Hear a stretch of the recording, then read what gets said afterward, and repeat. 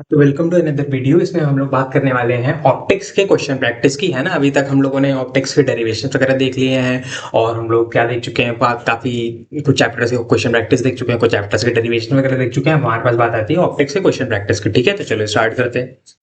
हाँ, तो सबसे पहले हमारे पास क्वेश्चन आता है, क्या कहता है कि if an object is placed at a distance 10 centimetre in front of a concave mirror. अच्छा, कॉनकेव मिरर है तो कॉनकेव मिरर का फोकल लेंथ कैसा होता है? कॉनकेव मिरर का फोकल लेंथ हमारा होता है बेसिकली नेगेटिव, है ना। कॉनकेव मिरर का फोकल लेंथ कैसा होता है? नेगेटिव। तो हम लोग लिखेंगे क्या? एफ बराबर -20 सेंटीमीटर। यू कितना गिवन है? यू हम लोग को गिवन है -10 सेंटीमीटर। ठीक है, कुछ इस तरीके से। तो हम लोगों की इमेज कहाँ बन जाएगी? इमेज हम लोग क्या करेंगे? Image formed will be, image हम लोग को आप मिरर फॉर्मूला लगा लेंगे, 1 बराबर 1 बाय एफ बराबर 1 by V plus 1 by U. ठीक है, कुछ इस तरीके से। तो ये हमारा क्या बन जाएगा? 1/-20 बराबर 1 बाय वी प्लस 1 बाय -10। तो 1 बाय वी विल बी कितना? 1 बाय, इसको इधर भेज दो, इसको इधर भेजेंगे तो ये क्या बन जाएगा? इसके आगे माइनस था, इधर आके प्लस बन जाएगा। 1/10 minus 1/20 equals to equals to आए। हाँ, सही तो आ रहा है क्योंकि हमारा बेसिकली ऑब्जेक्ट 10 सेंटीमीटर पे, फोकल लेंथ 20 सेंटीमीटर। हाँ, ठीक है ठीक है। तो ये बन जाएगा कितना? ये हमारा बन जाएगा 2 माइनस 1/20 बराबर 1/20। तो हमारा बी कितना आ गया? बी आ गया हमारा +20 सेंटीमीटर। बी आ गया +20 सेंटीमीटर। यानी कि हम लोग की इमेज कैसी बन रही है हमारी? देखो, प्लस आ रहा है, प्लस आ रहा है मतलब अगर हमारा मिरर है ऐसा कुछ, ये हमारा मिरर है, ठीक है, ये हमारा मिरर है, ये हम लोगों का यहाँ पर है फोकल लेंथ एफ, है ना, 20 सेंटीमीटर, है ना। माइनस में यू हम लोग का यहाँ पर है कुछ, ये हम लोग का ऑब्जेक्ट डिस्टेंस है कितना? ये हमारा है 10 सेंटीमीटर। तो हम लोगों का माइनस में है ये, तो प्लस में आ रहा है। इमेज आ रही है प्लस में, यानी कि वर्चुअल बन रही है, वर्चुअल बन रही है। +20 सेंटीमीटर पर हमारी क्या बन रही है? इमेज। तो हम लोगों की कैसी बन रही है image? Virtual and 20 centimetre behind the mirror, है ना, virtual and 20 centimetre behind the mirror. तो हम लोग का ऑप्शन सी पहले वाले का करेक्ट हो जाएगा। ठीक है। हाँ, नेक्स्ट हमारे पास क्वेश्चन है, what type of wavefronts are associated with the source at infinity. अगर सोर्स इन्फिनिटी पर होगा तो हमारी लाइंस कैसी होती है? हमारे पास जो रेज होती है वो होती है पैरेलल, रेज होती है पैरेलल। और अगर रेज होंगी पैरेलल तो हमारा वेवफ्रंट कैसा बनेगा? सबके पैरेलल। हमारे पास केवल ऐसे ही थोड़ी ना होंगी, आगे पीछे ऊपर नीचे दाएं बाएं हर जगह होंगी। तो हमारा जो वेवफ्रंट होगा वो सबके परपेंडिकुलर होगा, सबके परपेंडिकुलर होगा। तो ऐसे बनेगा कुछ इस तरीके से कि हमारा ऐसे रेज इसमें एंटर कर रही हैं और रेज जो है यहां से ऐसे निकल रही हैं, है ना। ठीक है, कुछ इस तरीके से। तो ये हमारा प्लेनर होगा, हम लोग का वेव फ्रंट जो होगा सोर्स एट इन्फिनिटी होगा। तो हमारी क्योंकि रेज आएंगी कैसी? एकदम स्ट्रेट, स्ट्रेट आएंगी, है ना, पैरेलल एकदम। तो हमारा जो ये सोर्स सॉरी वेव फ्रंट होगा ये कैसा होगा? ये हमारा प्लेन होगा। तो प्लेन वेव फ्रंट्स हमारे बनेंगे। तो ऑप्शन बी करेक्ट हो जाएगा। हाँ, नेक्स्ट हमारे पास what is meant by a microscope in normal use. हम ये वाली बात हम लोग डेरिवेशन वाले पार्ट में कर चुके हैं। माइक्रोस्कोप इन नॉर्मल यूज का मतलब है कि हम लोगों की जो इमेज बन रही है, image is microscope in normal use का मतलब है image is formed at D. D मतलब हमारा least distance of distinct vision, है ना। हम लोग की जो इमेज बन रही है वो कहां बन रही है? Least distance of distinct vision, यानी कि 25 सेंटीमीटर पर। ये हम लोगों का हो जाएगा क्या? ये है माइक्रोस्कोपिक नॉर्मल यूज, है ना। माइक्रोस्कोपिक नॉर्मल के यूज का मतलब है image is formed at D, यानी कि least distance of distinct vision, यानी कि 25 सेंटीमीटर। ठीक है।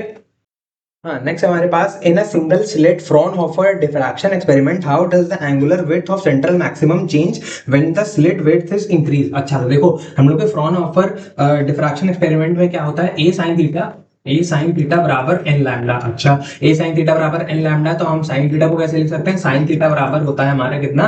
N lambda by a. अच्छा, और हमारा थीटा किसके बराबर हो जाएगा? थीटा हो जाएगा हमारा sine inverse n lambda by a. अच्छा, और हमारा जो एंगुलर वेट होता है हमारा 2 थीटा यानी कि 2 sine inverse n lambda by a. अच्छा, अब हमसे क्या बोला गया है कि अगर हम क्या करते हैं, स्लिट वेट को इंक्रीज करते हैं। ए हमारी स्लिट वेट होती है, अगर हम ए को इंक्रीज कर देंगे तो हमारा ये वाला जो पूरा टर्म है ये घट जाएगा। अगर ये घट जाएगा तो हमारा एंगुलर वेट भी कम हो जाएगा। यानी कि अगर हम स्लिट वेट को इंक्रीज करेंगे तो हमारा एंगुलर वेट क्या हो जाएगा? हमारा अगर हम क्या करेंगे, स्लिट वेट को क्या करेंगे? इंक्रीज करेंगे, तो हमारा बेसिकली ये जो है क्या? विड्थ जो है ना, एंगुलर विड्थ जो है वो क्या कर जाएगा, डिक्रीज कर जाएगा, क्योंकि इसको इंक्रीज करेंगे तो ये पूरा जो टर्म है ये डिक्रीज, पहले इसको इंक्रीज करने पे ये पूरा टर्म डिक्रीज करेगा, फिर ये पूरा टर्म भी डिक्रीज करेगा और ये पूरा डिक्रीज करेगा तो थीटा भी डिक्रीज करेगा। इस वजह से स्लिट विड्थ इंक्रीज करने से एंगुलर विड्थ कम हो जाएगा।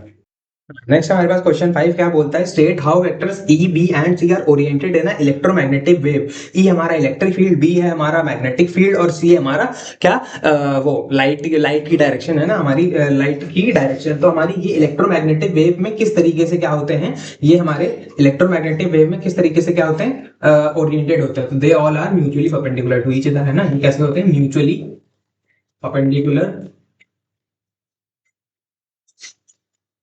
टू नीचे दर, सबके एक दूसरे के वो म्यूचुअली परपेंडिकुलर होते हैं। फिर पूछा है name the electromagnetic wave radiation which is used to study crystal structure. देखो क्रिस्टल स्ट्रक्चर को हम लोग को स्टडी करने के लिए हम लोग को जरूरत पड़ती है, क्रिस्टल स्ट्रक्चर को अगर स्टडी करना है तो हमें जरूरत पड़ती है किसकी, एक्स रेज की। एक्स रेज की जरूरत पड़ती है ना, डायरेक्टली थ्योरी क्वेश्चन याद करने वाला कुछ समझाने लायक नहीं है, एक्स रेज हम लोग को जरूरत पड़ती है क्रिस्टल स्ट्रक्चर के लिए, ठीक है। हाँ, नेक्स्ट हमारे पास क्वेश्चन 6 क्या बोलता है, name any two phenomena which take place in the formation of a rainbow. अरे रेनबो के फॉर्मेशन में हमारे दो फिनोमेना पूछे, तो भाई हम लोग का इसमें एक तो रिफ्रैक्शन होता है रेनबो के फॉर्मेशन में, है ना, और हम लोग का TIR यानी कि टोटल इंटरनल रिफ्लेक्शन होता है ना। और इसमें दो ही पूछे तो हम लोग अगर ये दो भी लिख दे तो सफिशिएंट है। इसके अलावा डिस्पर्जन भी होता है ना, क्या होता है हमारा, डिस्पर्जन ऑफ लाइट, है ना। ये तीन फिनोमेना हमारे होते हैं, इन तीन में से कोई भी दो लिख दो, मार्क्स मिल जाएंगे, ठीक है। कोई भी दो पूछे, रिफ्रैक्शन होता है, टोटल इंटरनल रिफ्लेक्शन होता है एंड डिस्पर्जन होता है, ठीक है। क्वेश्चन नंबर 7 क्या कहता है, using Huygens wave theory of light show that the angle of incidence is equal to the angle of reflection, draw a neat and level diagram. ये हम लोगों का बेसिकली डेरिवेशन वाला क्वेश्चन है। डेरिवेशन वाला क्वेश्चन मैं ऑलरेडी डेरिवेशन वाली videos में डिस्कस कर चुका हूँ, वहां जाके देख लेना, सब कुछ क्लियर हो जाएगा। तो मैं इस क्वेश्चन को क्या कर रहा हूँ, स्किप कर रहा हूँ, ठीक है। नेक्स्ट हमारे पास क्वेश्चन नंबर 8 क्या कहता है, for any prism obtain a relation between angle of the prism, angle of minimum deviation and refractive index of its material. इसका भी, ये भी हमारे डेरिवेशन वाला क्वेश्चन है। ये भी हम लोग इसमें डिस्कस कर चुके हैं, हमारे डेरिवेशन वाले वीडियो में डिस्कस कर चुके हैं रे ऑप्टिक्स के, तो वहां जाके देख लेना, क्लियर हो जाएगा, है ना। तो इस क्वेश्चन को भी मैं स्किप करता हूँ, बढ़ते हैं आगे। नेक्स्ट हमारे पास क्वेश्चन क्या कहता है, obtain an expression for refraction at a single convex spherical surface that is the relation between μ1 rare medium, μ2 denser medium, object distance u, image distance v and the radius of curvature r। ये basically हमारा refraction formula का क्या है, derivation है। तो refraction formula का derivation भी हम लोग ऑलरेडी कर चुके हैं, तो उसको भी मैं स्किप करके आगे बढ़ता हूँ। अच्छा हमारे पास क्वेश्चन नंबर 10 सबसे पहले क्या पूछा, what is an essential condition for obtaining a sustained interference. हम लोग की एसेंशियल कंडीशन क्या होती है, इंटरफेरेंस सस्टेन्ड हो उसके लिए। तो इंटरफेरेंस सस्टेन्ड हो उसके लिए हमारे सोर्सेज कैसे होने चाहिए, कोहेरेंट सोर्सेज। हमारे कैसे, देखो हमारे कोहेरेंट सोर्सेज होने चाहिए, the sources must be coherent, है ना, कोहेरेंट सोर्सेज, है ना। कोहेरेंट सोर्सेज का मतलब हुआ कि बेसिकली हमारा जो फेज डिफरेंस होता है, फेज डिफरेंस, है ना, फेज डिफरेंस बिटवीन जो भी हमारी दोनों वो है क्या, क्या फेज डिफरेंस है, फेज डिफरेंस क्या होना चाहिए, constant with time.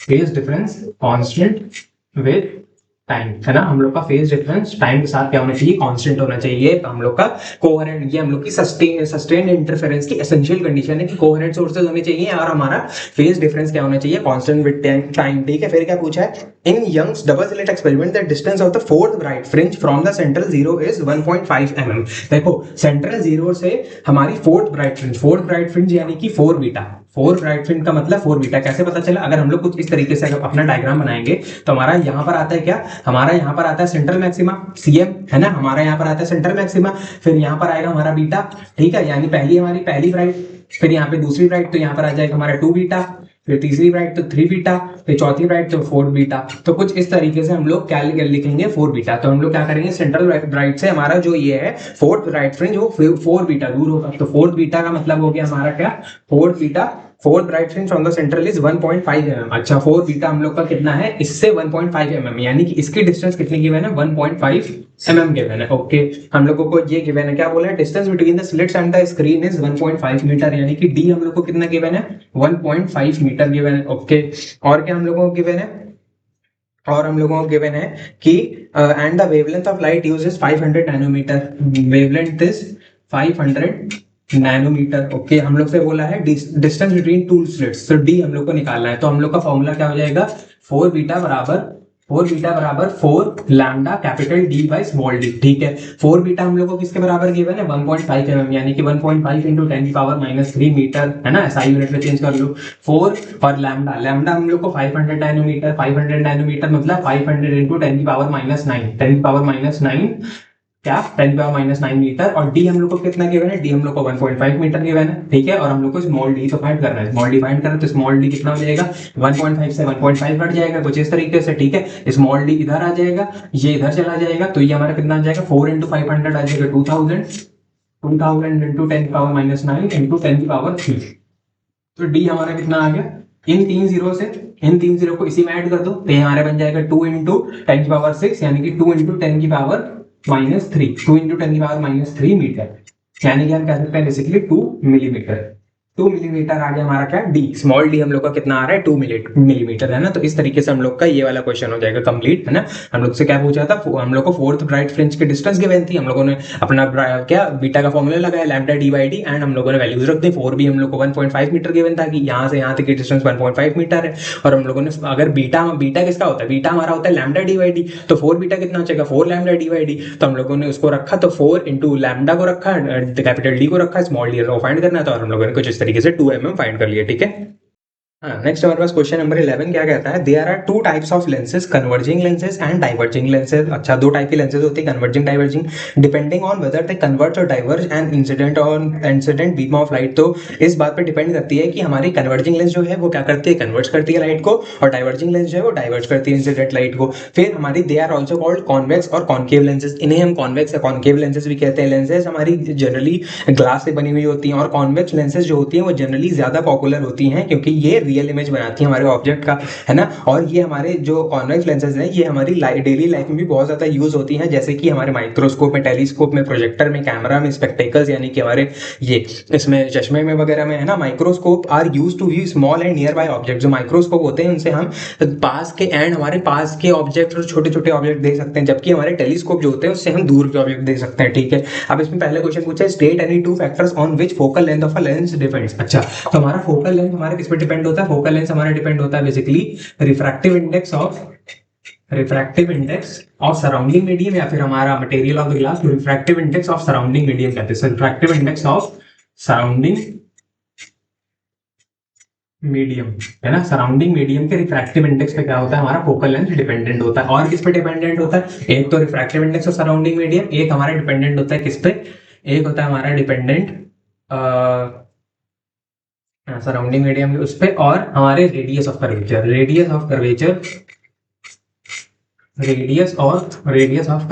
Of the lens, है ना। लेंस पे रेडियस ऑफ कर्वेचर पे डिपेंडेंट होता है। सेकंड पार्ट क्या पूछता है, सेकंड पार्ट पूछता है give an example where a convex lens behaves like a diverging lens. अच्छा, अगर हमारा कॉन्वेक्स लेंस डाइवर्जिंग लेंस की तरह कब एक्ट करता है, देखो कॉन्वेक्स लेंस जनरली तो हमारा कन्वर्जिंग लेंस की तरह एक्ट करता है, लेकिन कॉन्वेक्स लेंस हमारा डाइवर्जिंग लेंस की तरह तब एक्ट करेगा जब हम उसको ऐसे मीडियम में रख देंगे जिसकी रिफ्रैक्टिव इंडेक्स, मतलब जिसका रिफ्रैक्टिव इंडेक्स ज्यादा हो। मतलब मान लो की बात है, मैंने ग्लास का जो मैंने बना रखा है 1.5 म्यू का, उसको मान लो की बात है मैंने रख दिया एक ऐसे मीडियम में जिसका रिफ्रैक्टिव इंडेक्स है 2, है ना, 2 है जिसका रिफ्रैक्टिव इंडेक्स, तब हमारा क्या करेगा, तब जो हमारा कॉन्वेक्स लेंस है वो डाइवर्जिंग लेंस की तरह एक्ट करेगा। इसका मतलब जब हमारा सराउंडिंग मीडियम है, surrounding medium when surrounding medium is optically denser than medium of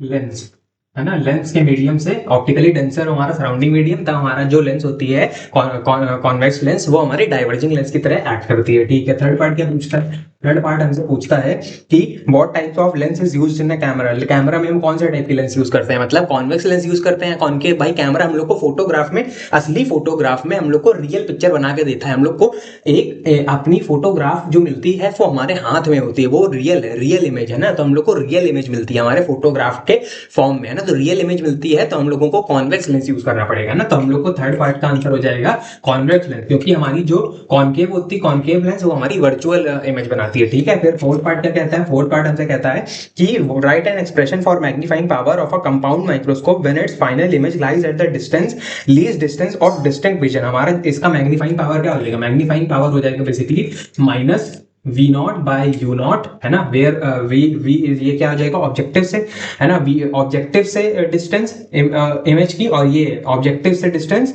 हमारे ऑब्जेक्ट की multiply by 1 plus D by F E, 1 plus D by F E. ये हमारा क्या हो जाएगा मैग्नीफाइंग पावर, किसके लिए, हमारे उसके कंपाउंड माइक्रोस्कोप के लिए, जब हमारा जो फाइनल इमेज हो वो least distance of distinct vision पर बने, है ना, least distance of distinct vision पर बनेगा, तो हमारे पास ये आती है क्या हमारी वो एक्सप्रेशन मैग्नीफाइंग पावर की। फिर फिफ्थ क्या पूछा है, state any one difference between a reflecting telescope and refracting telescope. तो रिफ्लेक्टिंग टेलीस्कोप क्या होता है, रिफ्लेक्टिंग टेलीस्कोप में बेसिकली हमारा इसमें नो क्रोमैटिक एबरेशन, इसमें कोई भी क्रोमैटिक एबरेशन नहीं होता है। मतलब बेसिकली हमारा जो रिफ्रैक्टिंग टाइप का टेलीस्कोप होता है उसमें क्रोमैटिक एबरेशन होता है। क्रोमैटिक एबरेशन का मतलब होता है बेसिकली हमारे कलर्स को सेपरेट आउट कर देता है हमारा रिफ्रैक्टिंग टेलीस्कोप। तो रिफ्रैक्टिंग टेलीस्कोप में क्या होता है, रिफ्रैक्टिंग टेलीस्कोप इसमें क्रोमैटिक एबरेशन होता है। ये डिफरेंस एक पूछा था तो एक हम लोगों ने लिख दिया, ठीक है, क्रोमैटिक एबरेशन इसमें होता है, ठीक है। कुछ इस तरीके से हम लोग के ये वाला क्वेश्चन हो जाएगा, 5 पार्ट पे हो गए कंप्लीट, ठीक है। नेक्स्ट हमारे पास क्वेश्चन क्या कहता है, when a ray of white light is incident obliquely on the first surface of a prism then कौन सा कलर है जो डिविएट करता है मोस्ट। अच्छा, तो हमारा प्रिज्म अगर कुछ इस तरीके से बनता है, ये हमारा प्रिज्म है और इसमें अगर हम रे ऑफ लाइट को अगर ये करा दें इंसिडेंट, तो हमारे पास कुछ इस तरीके से वो हो जाता है, मतलब डिस्पर्शन हो जाता है, एंड यहाँ पर कुछ इस तरीके से डिविएशन हो जाता है ऐसे। तो हमारी ये अगर व्हाइट लाइट है, अगर ये व्हाइट लाइट है तो सबसे नीचे हमारे पास आता है V और फिर ऐसे चलता है विबग्योर, है ना, VIBGYOR, यानी कि सबसे कम हम लोग का बेसिकली सबसे कम डिविएशन होता है हमारे R का, सबसे रेड का, और सबसे ज्यादा डिविएशन होता है वायलेट का। तो वायलेट का सबसे ज्यादा डिविएशन होता है, तो option D violet colour is deviated most, ठीक है, violet colour is deviated most option सही हो जाएगा, ठीक है। हाँ, नेक्स्ट हमसे पूछा है what type of wavefronts are associated with a point source of light. अच्छा, पॉइंट सोर्स ऑफ लाइट से कैसे टाइप के हमारे वेवफ्रंट्स होते हैं। अब देखो, पॉइंट सोर्स ऑफ लाइट है तो पॉइंट सोर्स ऑफ लाइट है, इससे कैसे जाएगा, इससे हमारी जो रे ऑफ लाइट है वो आगे भी जाएगी, इधर को भी जाएगी, इधर को भी जाएगी, इधर भी जाएगी, इधर भी जाएगी, इधर भी जाएगी, हर जगह जाएगी, है ना। तो एक पूरे स्फेयर में जाएगी। सर्कुलर मत लिखना, नंबर कट जाएंगे। सर्कुलर का मतलब है बेसिकली सिर्फ इतने एरिया में, ऊपर नहीं जाएगी, नीचे नहीं जाएगी, तो भाई सर्कुलर नहीं लिखना, नंबर कट जाएंगे। इस वजह से हम लोग क्या करेंगे, अगर इससे रे ऑफ लाइट कुछ ऐसे जा रही है, ऐसे जा रही है, ऐसे जा रही है, ऐसे जा रही है, ऐसे जा रही है, ऐसे जा रही है, ऐसे जा रही है, तो हमारा वेवफ्रंट क्या होता है, वेवफ्रंट होता है हमारी रे ऑफ लाइट के परपेंडिकुलर। तो इसके परपेंडिकुलर, इसके परपेंडिकुलर, इसके perpendicular, perpendicular, perpendicular, perpendicular, perpendicular, अगर इसको हम ज्वाइन कर दें तो ये कुछ ऐसा सा बन जाएगा, यानी कि ये हमारा क्या आ जाएगा, स्फेरिकल वेवफ्रंट। स्फेरिकल वेवफ्रंट होता है हमारे किसके लिए, स्फेरिकल वेवफ्रंट हमारे इस पॉइंट सोर्स ऑफ लाइट के लिए, पॉइंट सोर्स ऑफ लाइट के लिए स्फेरिकल वेवफ्रंट, ठीक है। नेक्स्ट हमसे क्वेश्चन पूछा गया है, name the electromagnetic radiation whose frequency is 10 की पावर 11 हर्ट्ज। तो 10 की पावर 11 हर्ट्ज हम लोगों से, अब भाई ये डेटा बेस्ड क्वेश्चन है, ये हम लोग की 10 की पावर 11 हर्ट्ज होता है हमारे माइक्रोवेव्स का, है ना, माइक्रोवेव्स का हमारा 10 की पावर 11 हर्ट्ज क्या होता है, फ्रीक्वेंसी होता है। फिर क्या पूछा है, what is the speed of radio waves in vacuum. तो रेडियो वेव्स का वैक्यूम में क्या स्पीड होता है भाई, वैक्यूम में हमारी सारी इलेक्ट्रोमैग्नेटिक वेव्स का सेम ही स्पीड होता है। तो वैक्यूम में क्या स्पीड होता है भाई, speed of light, speed of light कितना, यानी कि 3 × 10 की पावर 8, 3 × 10 की पावर 8 मीटर पर सेकंड। हमारी रेडियो वेव्स हो, चाहे माइक्रोवेव हो, चाहे विजिबल लाइट हो, सबका हमारी वैक्यूम में सेम ही स्पीड होता है, 3 × 10 की पावर 8 मीटर पर सेकंड, या फिर स्पीड ऑफ लाइट कह सकते हैं, ठीक है। तो मैंने काम कर दिया है, मैंने यहाँ पर पूरा ऑर्डर लिख दिया है लैम्डा और फ्रीक्वेंसी के लिए। गामा रेज के लिए लैम्डा देखो, gamma rays, X rays, UV rays, visible light, infrared rays, microwaves, radio waves, इनका लैम्डा का ऑर्डर यानी कि वेवलेंथ का ऑर्डर 10 की पावर -14 से 10 की पावर -10 मीटर्स में, है ना, 10 की पावर -13 से 10 की पावर -8, 10 की पावर -10 से 4 × 10 की पावर -7, 4 × 10 की पावर -7 से 7 × 10 की पावर -7, 8 × 10 की पावर -7 से 10 की पावर -3, 10 की पावर -3 से 10 की पावर -1, और 10 की पावर -1 से 10 की पावर 4। ये हो गया ये ऑर्डर। वो ऑर्डर 10 की पावर 22 से 10 की पावर 18, फ्रीक्वेंसी इन हर्ट्ज 10 की पावर 21 से 10 की पावर 16, 10 की पावर 17 से 7 into 10 की पावर 14, 7 into 10 की पावर 14 से 4 into 10 की पावर 14, 4 into 10 की पावर 14 से 10 into 10 की पावर 10, 10 की पावर 11 से 10 की पावर 9, 10 की पावर 9 से 10 की पावर 4। तो कुछ इस तरीके से हम लोग का ऑर्डर हो जाएगा लैम्ब्डा का और फ्रीक्वेंसी का, है ना। होपफुली ये पार्ट क्या हुआ होगा, क्लियर हुआ होगा। ये चीज याद करनी है, डायरेक्ट याद कर लो, मैंने ये टेबल बना के रख दी है, याद करना है, याद कर लो डायरेक्टली, ठीक है। नेक्स्ट हमसे पूछा गया है, draw a labelled graph showing the variation in intensity of diffracted light with diffracting angle in a single slit Fraunhofer diffraction experiment. तो हम लोग ग्राफ बनाते हैं कुछ इस तरीके से, ये हमारा ग्राफ है, ठीक है, ऐसे ऐसे, है ना।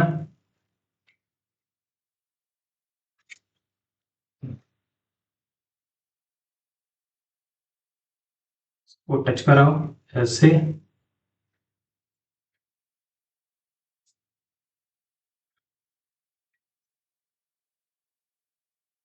है ना, इधर भी,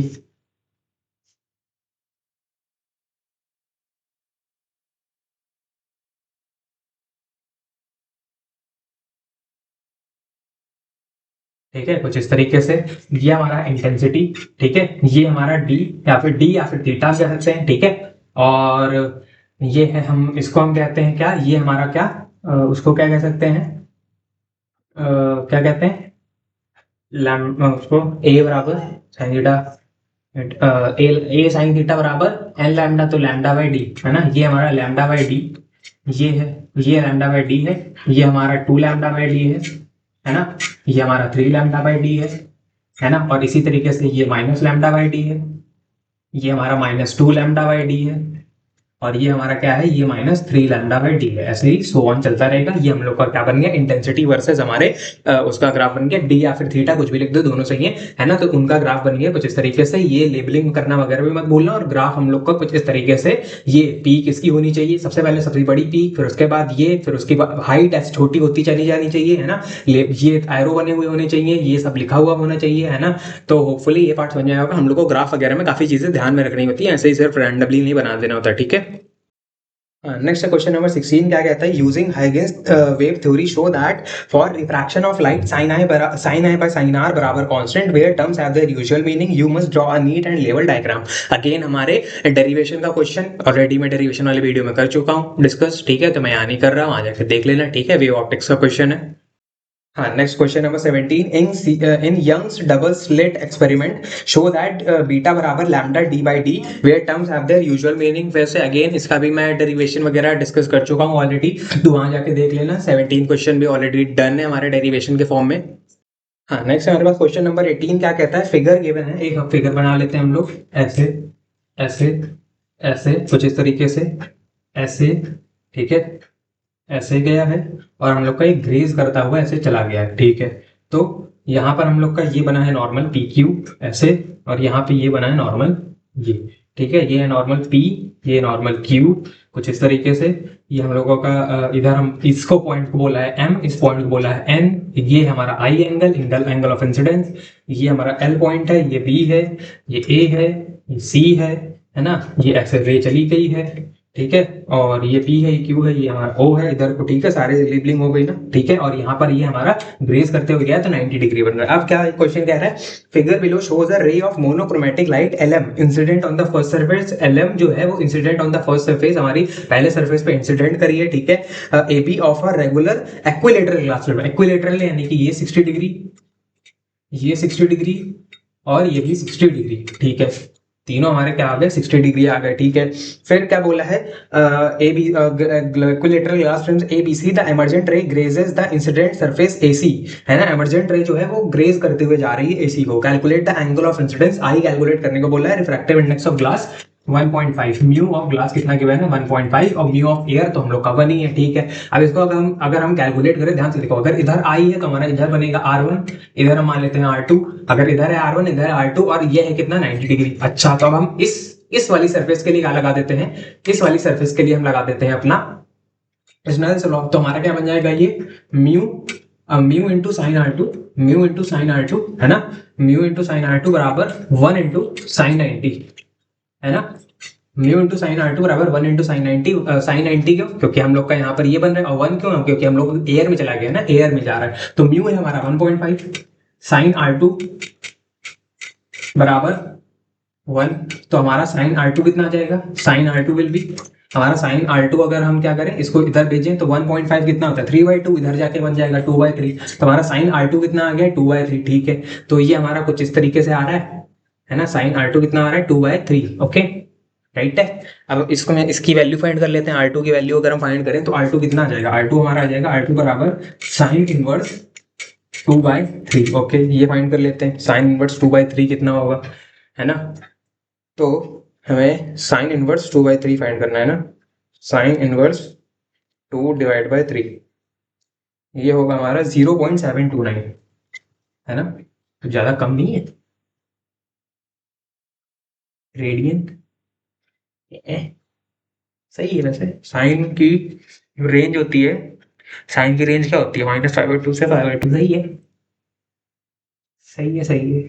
हाँ ठीक है, देखते हैं कैसा आ रहा है, 0.729, ठीक है चलो ये आ रहा है हमारे पास R2 की वैल्यू। तो हमारे बेसिकली ये क्या होता है, A बराबर क्या होता है, A बराबर होता है हमारा R1 प्लस R2, अच्छा तो A हमारा 60 है, हम लोग क्या लिखेंगे R1 प्लस R2 कितना है हमारा 0.729, ठीक है। R2 लेकिन डिग्री में आ रहा है, किसमें आ रहा है, हम लोग का रेडियन में आ रहा है ना, अच्छा हाँ ये तो रेडियन में आएगा, मुझे डिग्री में चाहिए, ओके यस यस यस, अच्छा हाँ मुझे डिग्री में चाहिए, तो रुको एक सेकेंड डिग्री में कर लेते हैं,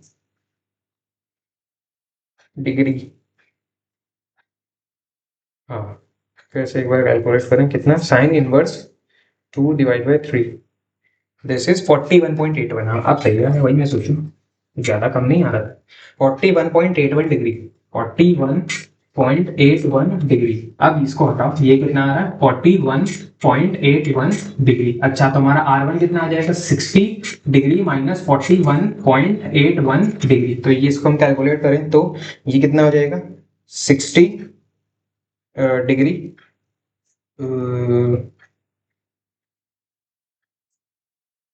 60 डिग्री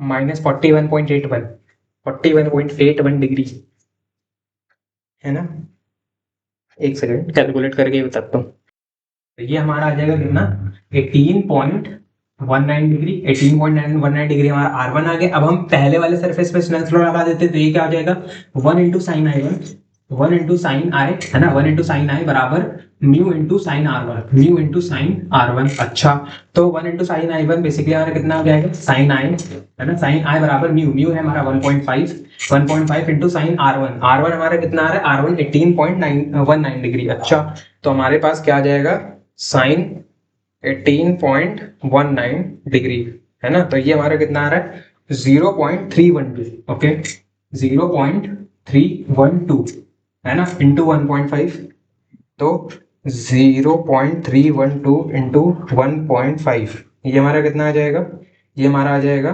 0.468, 0.468, तो हमारा साइन आई किसके बराबर आ गया, साइन आई आ गया हमारा 0.468, तो आई हमारा आ जाएगा साइन इनवर्स 0.468, इसमें ये हमारा देखो 0.312 हुआ, 1.5 से मल्टीप्लाई किया ये आया हमारे पास 0.468 कुछ इस तरीके से, है ना।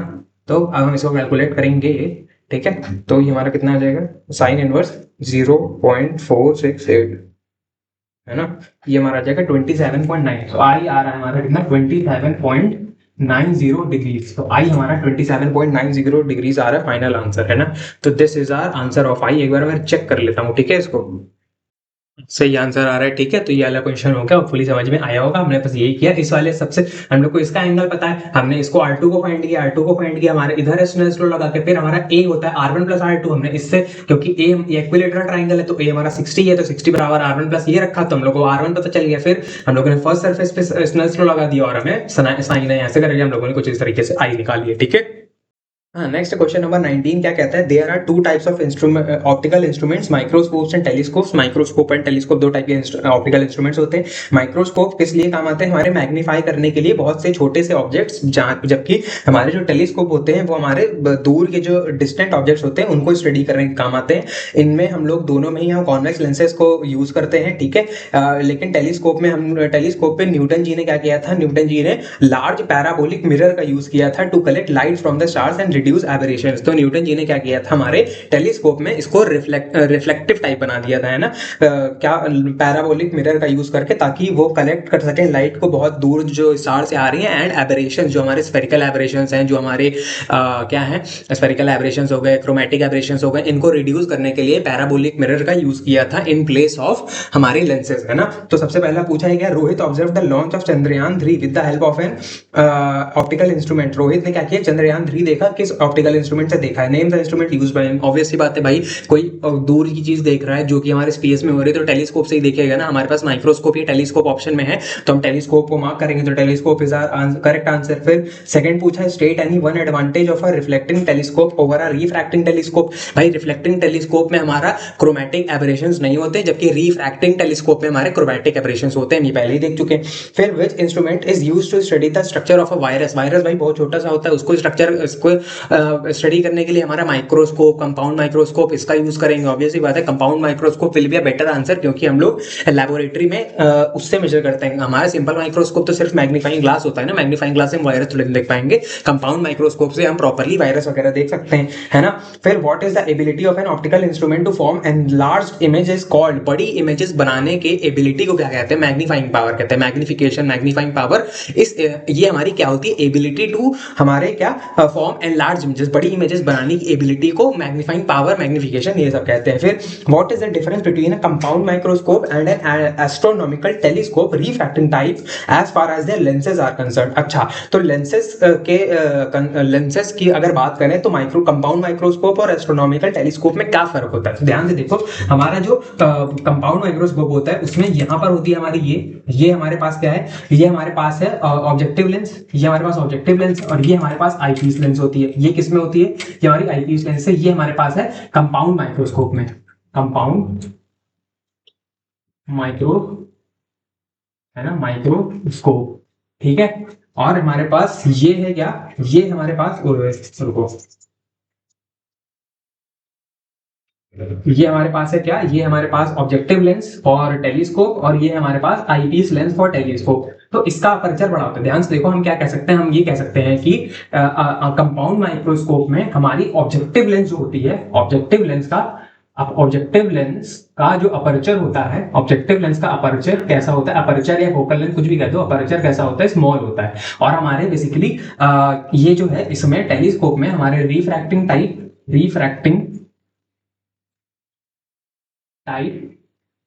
टेलीस्कोप में बेसिकली क्या होता है, इसमें हमारा जो ऑब्जेक्टिव लेंस होता है, इसका ऑब्जेक्टिव लेंस का हमारा क्या कह सकते हैं, अपर्चर या फिर फोकल लेंथ क्या होता है, लार्ज होता है। अपर्चर क्या होता है, लार्ज होता है। ये होता है इन दोनों में डिफरेंस, ये है कंपाउंड माइक्रोस्कोप और रिफ्रैक्टिंग टाइप टेलीस्कोप में difference in terms of their lenses. तो इसका जो ऑब्जेक्टिव लेंस है कंपाउंड माइक्रोस्कोप में, उसका जो क्या अपर्चर होता है, फोकल लेंथ होता है, वो कम होता है, और इसमें जो ऑब्जेक्टिव लेंस है उसका क्या होता है, वो ज्यादा होता है। क्या ज्यादा होता है, अपर्चर या फिर फोकल लेंथ, ठीक है। नेक्स्ट हमारे पास क्वेश्चन नंबर 20 क्या कहता है, असर्शन है कि when a convex lens made of glass is completely immersed in water it's focal length increases. हाँ भाई सही बात है। कैसे सही बात है, अगर हम क्या करें, अगर हम मान लो की बात करें, ये हमारे पास लेंस है, ये हमारे पास लेंस है, ई म्यू बराबर 1.5 की, है ना, और हमारे पास आजू बाजू सिर्फ एयर है, म्यू बराबर 1, और इधर भी म्यू बराबर 1। ये हमारी लेंस है किसकी, म्यू बराबर 1.5 की। तो हमारे पास जो ये ऐसे आएगी, ऐसे हमारे पास रे आएगी, ऐसे कन्वर्ट हो जाएगी, ऐसे रे आएगी, ऐसे कन्वर्ट हो जाएगी, कुछ इस तरीके से, ठीक है ना। ऐसे रे आएगी, ऐसे कन्वर्ट सीधे चली जाएगी, ठीक है, ऐसे।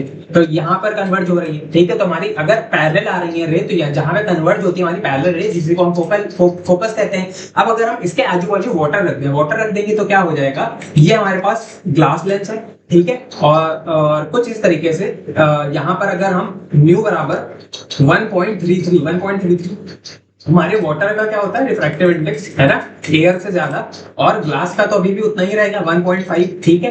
तो अब क्या होगा, अब जब हमारा देखो, जब हमारी लाइट रे 1 से 1.5 वाले मीडियम में जा रही थी और फिर 1.5 से वापस 1 वाले मीडियम में जा रही थी, तो ज्यादा बेंडिंग कर रही थी, है ना। 1 से 1.5 में गई तो बहुत ज्यादा चेंज आ गया रिफ्रैक्टिव इंडेक्स के बीच में, तो इसका मतलब बहुत ज्यादा बेंड कर गई, बहुत ज्यादा बेंड कर गई। फिर यहाँ पे 1.5 से जब 1 में जा रही है, फिर से बहुत ज्यादा चेंज आ गया रिफ्रैक्टिव इंडेक्स के बीच में, तो और ज्यादा बेंड कर गई। लेकिन जब हमारी लाइट रे 1.33 से 1.5 में जा रही है, तो इतना बेंड नहीं करेगी, इतना बेंड नहीं करेगी। मतलब अगर हमारे पास ऐसे लाइट रे है कुछ इस तरीके से, ऐसे, तो लाइट रे कुछ ऐसे जाएगी एंड कुछ इस तरह जाके बहुत दूर ऐसे जाके कन्वर्ट करेगी, और लाइट रे ऐसे जाएगी और ऐसे जाके ऐसे ऐसे ऐसे ऐसे ऐसे, ऐसे यहाँ पे कन्वर्ट करेगी। अब ध्यान से देखो, ये हमारा ये फोकल लेंथ आ रहा है जब एयर और हमारे पास ग्लास का कॉम्बिनेशन था, और ये जब वाटर और ग्लास का कॉम्बिनेशन है तब फोकल लेंथ आ रहा है, ये है ना। तो ध्यान से देखो, ये बड़ा आ रहा है क्योंकि ऑब्वियस सी बात है, यहाँ पर क्या हुआ है, यहाँ पर बेंडिंग ज्यादा हुआ है, बेंडिंग ज्यादा हुआ है तो फोकस जो है वो जल्दी बन जाएगा, है ना। यहाँ पर बेंडिंग जो हुई है वो कम हुई है, बेंडिंग कम हुई है, तो जो हमारी रेज है वो काफी दूर तक आराम से ज्यादा बेंड किए बिना ट्रेवल कर सकती है। इस वजह से इसका फोकस जो होगा वो काफी दूर बनेगा और फोकल लेंथ ज्यादा होगा। इस वजह से हम कह सकते हैं कि अगर हम क्या करते हैं, when a convex lens made of glass is completely immersed in water, its focal length increases। सही बात है, अगर हम इसी लेंस को सीधे पानी में डुबा दें तो फोकल लेंथ बढ़ जाएगी। इसीलिए तो हमने कहा था कि फोकस या फिर फोकल लेंथ जो किस पे डिपेंड करती है, हमारे focal length depends on the refractive index of the surrounding medium, surrounding medium के रिफ्रैक्टिव इंडेक्स पे डिपेंड करती है। सेकंड पार्ट क्या कहता है, refractive index of glass with respect to water. अच्छा, यानी कि mu of glass with respect to water. अच्छा, ये क्या है कि is greater than that of glass with respect to air। ये हम लोग को पूछा गया है। देखो पहली ये वाली स्टेटमेंट तो ट्रू है, ये असर्शन तो ट्रू आ गया, हम लोग का असर्शन ट्रू आ गया। अब ये देखते हैं हम लोग को क्या बोला गया कि क्या refractive index of glass with respect to water is greater than that of glass with respect to air, glass with respect to air. अच्छा, तो हम कैलकुलेट कर लेते हैं ग्लास विद रिस्पेक्ट टू, देखो ग्लास का कितना होता है, ग्लास का होता है 1.5, वाटर का होता है 1.33, है ना। ग्रेटर देन म्यू जी हमारा 1.5 और म्यू ए हमारा कितना होता है, ये होता है 1, है ना। एयर का होता है 1, 1.5 से 1.5 बढ़ जाएगा, 1 इधर जाएगा, ग्रेटर देन 1.33। क्या हमारा 1 जो होता है वो 1.33 से बड़ा होता है? नहीं भाई, हमारा 1 जो होता है 1.33 से छोटा होता है। इस वजह से हम क्या कह देंगे, रीजन जो है वो फॉल्स है, रीजन फॉल्स है, असर्शन ट्रू है। तो हम लोगों का assertion is true and reason is false. Option C क्या हो जाएगा करेक्ट ऑप्शन, ठीक है।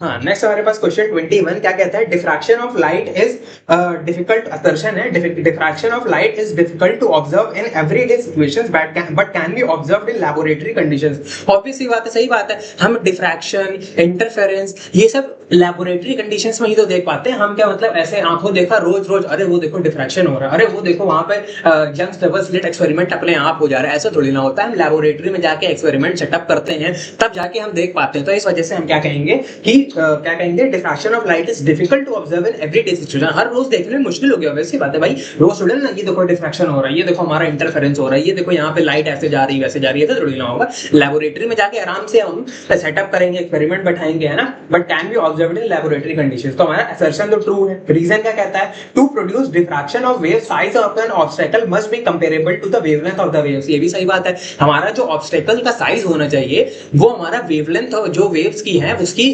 कंपेरेबल होना चाहिए। ऐसा नहीं हो कि हमारा जो साइज ऑफ ऑब्स्टेकल है वो हमारी वेवलेंथ से बहुत बड़ा है, या फिर हमारी जो वेवलेंथ है वो हमारे साइज ऑफ ऑब्स्टेकल से बहुत बड़ी है। इस वजह से हमारा जो साइज ऑफ ऑब्स्टेकल है वो हमारी वेवलेंथ जो है उससे क्या होना चाहिए, कंपेरेबल होना चाहिए, आसपास होना चाहिए। अगर मतलब वेवलेंथ हमारी नैनोमीटर में, नैनोमीटर कह रहा हूं अभी, है ना, नैनोमीटर के आसपास से, मिलीमीटर के आसपास से, तो हमारा साइज ऑफ ऑब्स्टेकल भी उसी के आसपास होना चाहिए, उसी रेंज में होना चाहिए, तो अब जाके हमें डिफ्रैक्शन शो होगा। जो कि इस वजह से हम कहेंगे रीजन सही है। और हम इस छोटे से छोटे ऑब्जेक्ट को, नैनोमीटर के ऑब्जेक्ट को, मिलीमीटर के ऑब्जेक्ट को एवरीडे सिचुएशंस में तो ऑब्वियस ही बात है नहीं देख पाएंगे। इसको तो हम लेबोरेटरी में जाके ही, हाँ चलो आज हमने 2 mm का ये उठा लिया, अपना ऑब्स्टेकल उठा लिया, आज हमने 5 नैनोमीटर का ऑब्स्टेकल उठा लिया, अब हम इस पे ऑब्जर्वेशन कर रहे हैं, ये हम लेबोरेटरी में करके जाके देख पाएंगे, है ना। हम यहाँ रियल लाइफ में थोड़ी ना ऐसे जेब से निकाल लिया 2 मिलीमीटर का ऑब्स्टेकल आउट डिफ्रैक्शन कर रहे हैं, ऐसा थोड़ी ना हो पाएगा। इस वजह से हमारा रीजन करेक्ट है और असर्शन को एक्सप्लेन भी कर रहा है रीजन, है ना। ना, अगर पढ़ेंगे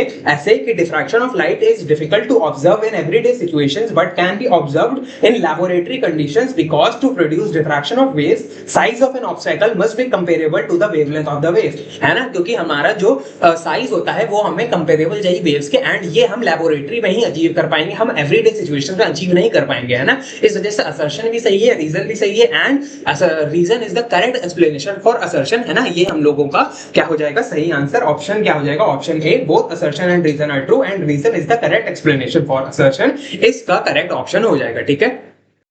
हाँ, नेक्स्ट हमसे पूछा गया है state any one difference between a primary rainbow and a secondary rainbow. भाई प्राइमरी रेनबो में एक बार टोटल इंटरनल रिफ्लेक्शन होता है, सेकेंडरी रेनबो में 2 बार टोटल इंटरनल रिफ्लेक्शन होता है। और बोलना है तो प्राइमरी रेनबो में जो हमारी वो बनती है इमेज वगैरह या फिर रेनबो जो बनता है वो ब्राइट होता है, और सेकेंडरी रेनबो जो होता है वो फेंट होता है, डिम होता है ना। तो हम लोगों के पास 2 डिफरेंसेस हो पे बहुत है। सबसे बेस्ट तो यही है, एक TIR होता है हमारे प्राइमरी रेनबो में, 2 TIR या फिर 2 टोटल इंटरनल रिफ्लेक्शन होते हैं हमारे सेकेंडरी रेनबो में। इजी सा खत्म। सॉरी हमारे अटक गया था, है ना। मैं फिर से बता देता हूँ, प्राइमरी रेनबो में 1 TIR, 1 टोटल इंटरनल रिफ्लेक्शन होता है, और सेकेंडरी रेनबो में 2 TIR या 2 टोटल इंटरनल रिफ्लेक्शन होते हैं। बस सिंपल है ना। ये हमारे पास एक डिफरेंस पूछा था, तो एक डिफरेंस हमने बता दिया प्राइमरी रेनबो और सेकेंडरी रेनबो के बीच में डिफरेंस, ठीक है। हाँ, नेक्स्ट हमसे पूछा गया है Hubble telescope employs a large parabolic mirror as an objective.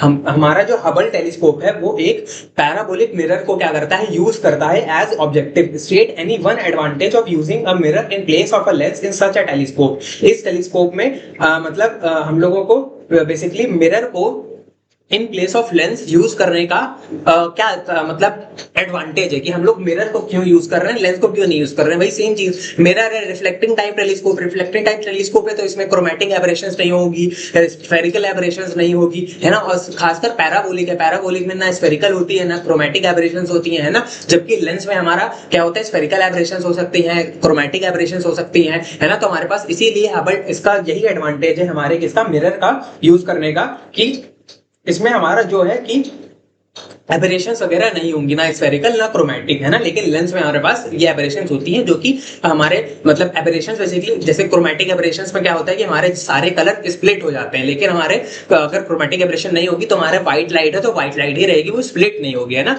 और जब लेंस का यूज करेंगे ऑब्वियसली बात है, लेंस हमारा क्योंकि रिफ्रैक्शन शो कर रही है तो रिफ्रैक्शन शो कर रही है, सारे वेवलेंथ को अलग अलग क्या कर देगी, अलग अलग वो स्प्रेड आउट कर देगी। इस वजह से हम लोगों का क्या हो जाएगा, क्रोमैटिक एबरेशन शो होता है हमारे लेंस में, लेकिन मिरर में नहीं होता है, ठीक है।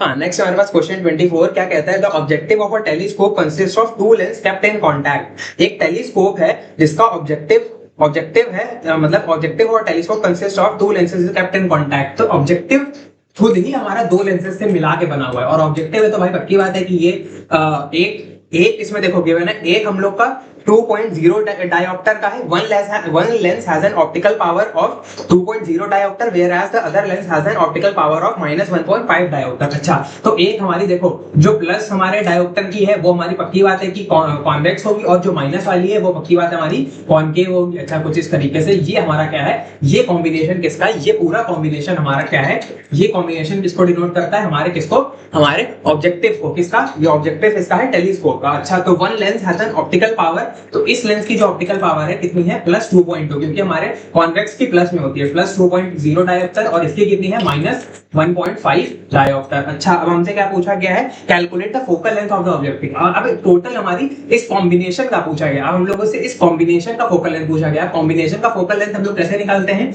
1/f बराबर 1/f1 + 1/f2, ठीक है, 1/f1 + 1/f2। तो अब 2 डायोप्टर क्या हो जाएगा, 2 डायोप्टर को हम कैसे लिख सकते हैं, देखो पावर क्या होता है, पावर इन डायोप्टर बराबर 1/, फोकल लेंथ इन मीटर। अच्छा, तो हमारा फोकल लेंथ इन मीटर कितना हो जाएगा, focal length in metre, focal length को लिख सकते हैं 1/पावर, 1/पावर मतलब 1/2, 1/2 मतलब कितना हो जाएगा, 0.5 प्लस में, +0.5 कितना मीटर में, +0.5 मीटर, 0.5 मीटर, या फिर हम इसको कह सकते हैं क्या, 50 सेंटीमीटर, 50 सेंटीमीटर प्लस में, ठीक है। एफ क्योंकि हम लोगों के ये मीटर में आता है ना, डायोप्टर, और ये हमारा मीटर्स में होता है। और इसको हम कैसे कह सकते हैं, हम कॉन्वेक्स लेंस के कॉनकेव के लिए हम कह सकते हैं हमारे पास फोकल लेंथ क्या हो जाएगा, फोकल लेंथ हो जाएगा कितना, 1/-1.5, है ना। 1.5 कितना होता है, 3/2, 3/2 यानी कि 3 इधर 2 इधर, तो ये कितना हो जाएगा हमारे पास, ये आ जाएगा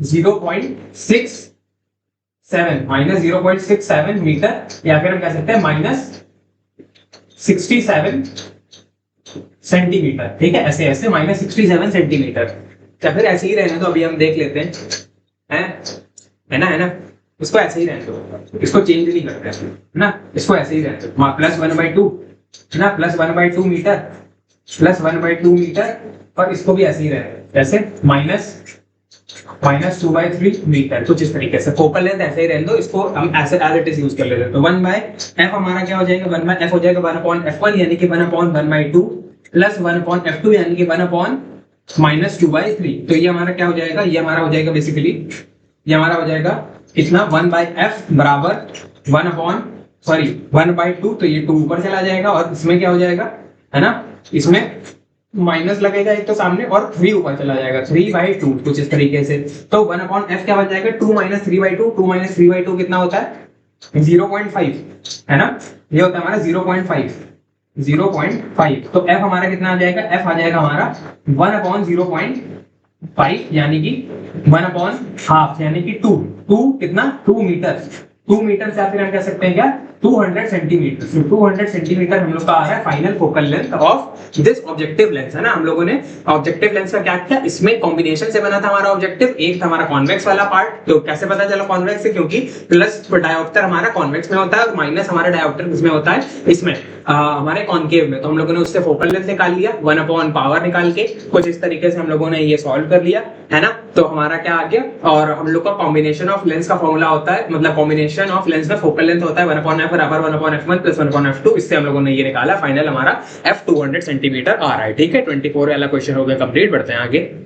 नेक्स्ट हमारे पास क्वेश्चन नंबर 25 क्या कहता है, name the electromagnetic wave traveling from the satellite to the dish antenna shown in the image above। भाई डिश एंटीना और हमारा सैटेलाइट, इन सब में हमारे पास या तो रेडियो वेव्स कह दो या तो माइक्रोवेव्स कह दो, दोनों सही आंसर है, और काउंसिल ने भी दोनों ही एक्सेप्ट किए। तो रेडियो वेव्स, माइक्रोवेव्स दोनों ही एक्सेप्टेबल आंसर है। डिश एंटीना, सैटेलाइट, इन सब में बड़ी बड़ी वेवलेंथ वाले यूज होते हैं ना, तो हम लोगों का बेसिकली रेडियो वेव्स, वेवलेंथ दोनों सही आंसर है। सेकंड क्या पूछता है, if the wavelength of an electromagnetic wave is 6 nanometre. Wavelength कितना है, 6 नैनोमीटर। अच्छा, और क्या पूछा है, फ्रीक्वेंसी पूछा है। तो भाई हम लोग की अब फ्रीक्वेंसी पूछा, हमारा क्या होता है फॉर्मूला, फॉर्मूला होता है हमारा कितना, फॉर्मूला इज बेसिकली फ्रीक्वेंसी बराबर सी लैम्डा, राइट, यही तो होता है, यही तो होता है फॉर्मूला, है कि नहीं, मैं भूल गया, रुक जाओ। हमारा बेसिकली देखो फ्रीक्वेंसी हमसे पूछा है, लैम्डा हमको गिवन है, अब सी हम लोग को स्पीड ऑफ लाइट होती है, क्योंकि इसमें गिवन नहीं है स्पीड, तो हम लोग यही मानेंगे ना, 3 × 10⁸ मीटर पर सेकंड। ठीक है, 6 नैनोमीटर होता है, 6 × 10⁻⁹ मीटर। ठीक है, ऐसा यूनिट में कर लिया। अब हम लोग का फॉर्मूला क्या होता है, फॉर्मूला होता है, फॉर्मूला इज सिंपली, देखो टाइम पीरियड क्या होता है, टाइम पीरियड होता है distance upon speed, speed upon distance. हाँ हाँ, तो फ्रीक्वेंसी हमारा क्या हो जाएगा, फ्रीक्वेंसी हो जाएगा हमारा सी बाय लैम्डा। हाँ ये सही है ना, है ना, है ना, लैम्डा इंटू फ्रीक्वेंसी, है ना, तो लैम्डा इंटू फ्रीक्वेंसी, हाँ ये सही है, सी बाय लैम्डा। वही मैं सोचूं फॉर्मूला क्या करता था, 3 × 10⁸ डिवाइड बाय 6 × 10⁻⁹ तो ये क्या बन जाएगा, ये जाएगा 2, है ना, और ये ऊपर चला जाएगा, तो ये बन जाएगा कितना, ये हमारा बन जाएगा 10⁹ 9 + 8 17 डिवाइड बाय 2। तो ये हमारा, इसको हम लिख सकते हैं कैसे, 1/2 × 10 × 10⁻16। तो ये हमारा बन जाएगा 5 × 10⁻16 हर्ट्ज, 5 × 10⁻16 हर्ट्ज, है ना, 5 × 10⁻16 हर्ट्ज। ठीक है, तो हम लोगों का कुछ इस तरीके से क्या आ जाएगा, ये हम लोगों का आ गया 5 × 10⁻16 हर्ट्ज इज आवर फ्रीक्वेंसी। ठीक है, सी बाय लैम्डा ये फॉर्मूला होता है, फ्रीक्वेंसी बराबर सी बाय लैम्डा, है ना। कैसे आया, देखो मुझे तो ऐसे याद है, देखो टाइम पीरियड, देखो टाइम पीरियड होता है 1/f, टाइम पीरियड होता है 1/f, और टाइम हमारा किसके बराबर होता है, डिस्टेंस अपॉन स्पीड। डिस्टेंस हमारा क्या होता है, लैम्डा, या ना लैम्डा, क्योंकि मीटर्स में लिखते हैं, ये डिस्टेंस हो गया, और स्पीड कितनी है, स्पीड है c। तो हमारा t अगर 1/f है और t अगर λ/c है, तो f हमारा किसके बराबर हो जाएगा, c λ के। ऐसे भी याद, मतलब मैं अगर भूल जाता हूं तो मैं इसी तरीके से प्रोसीड करता हूं, क्योंकि ये तो बच्चों वाला फॉर्मूला हमेशा याद रहता है, और दूसरा ये रिलेशन याद रखना है, t बराबर 1/f या फिर f बराबर 1/t। ठीक है, तो इस तरीके से हम ऐसे याद कर सकते हैं, कभी भूल जाओ तो। नेक्स्ट हमारे पास क्वेश्चन नंबर 26 क्या कहता है, a convex lens having small focal length is to be used as a magnifying glass simple microscope to obtain an image of a small diamond. अच्छा, हम लोगों को स्मॉल मतलब बेसिकली सिंपल माइक्रोस्कोप बनाना है, ठीक है। If the image lies at a distance D of distinct vision, अगर हमारी जो इमेज है, इमेज कहां बनी है, इमेज हमारी बनी है डी पर, यानी कि हमारे 25 सेंटीमीटर पर, है ना। मिनिमम हमारा जो होता है least distance of distinct vision 25 centimetre पर इमेज बनी है। तो क्या पूछा है कि where will you keep the diamond to obtain its image at D. Diamond हमारा क्या है, डायमंड हमारा ऑब्जेक्ट है। ऑब्जेक्ट को कहां रखेंगे ताकि हमारी इमेज यहां पर आ जाए। तो हमारे बेसिकली ऑब्जेक्ट को कहां रखते हैं, ऑब्जेक्ट को बेसिकली रखते हैं हमारे फोकस एंड ऑप्टिकल सेंटर के बीच में, ऑप्टिकल सेंटर एंड फोकस के बीच में रखते हैं हमारे ऑब्जेक्ट को।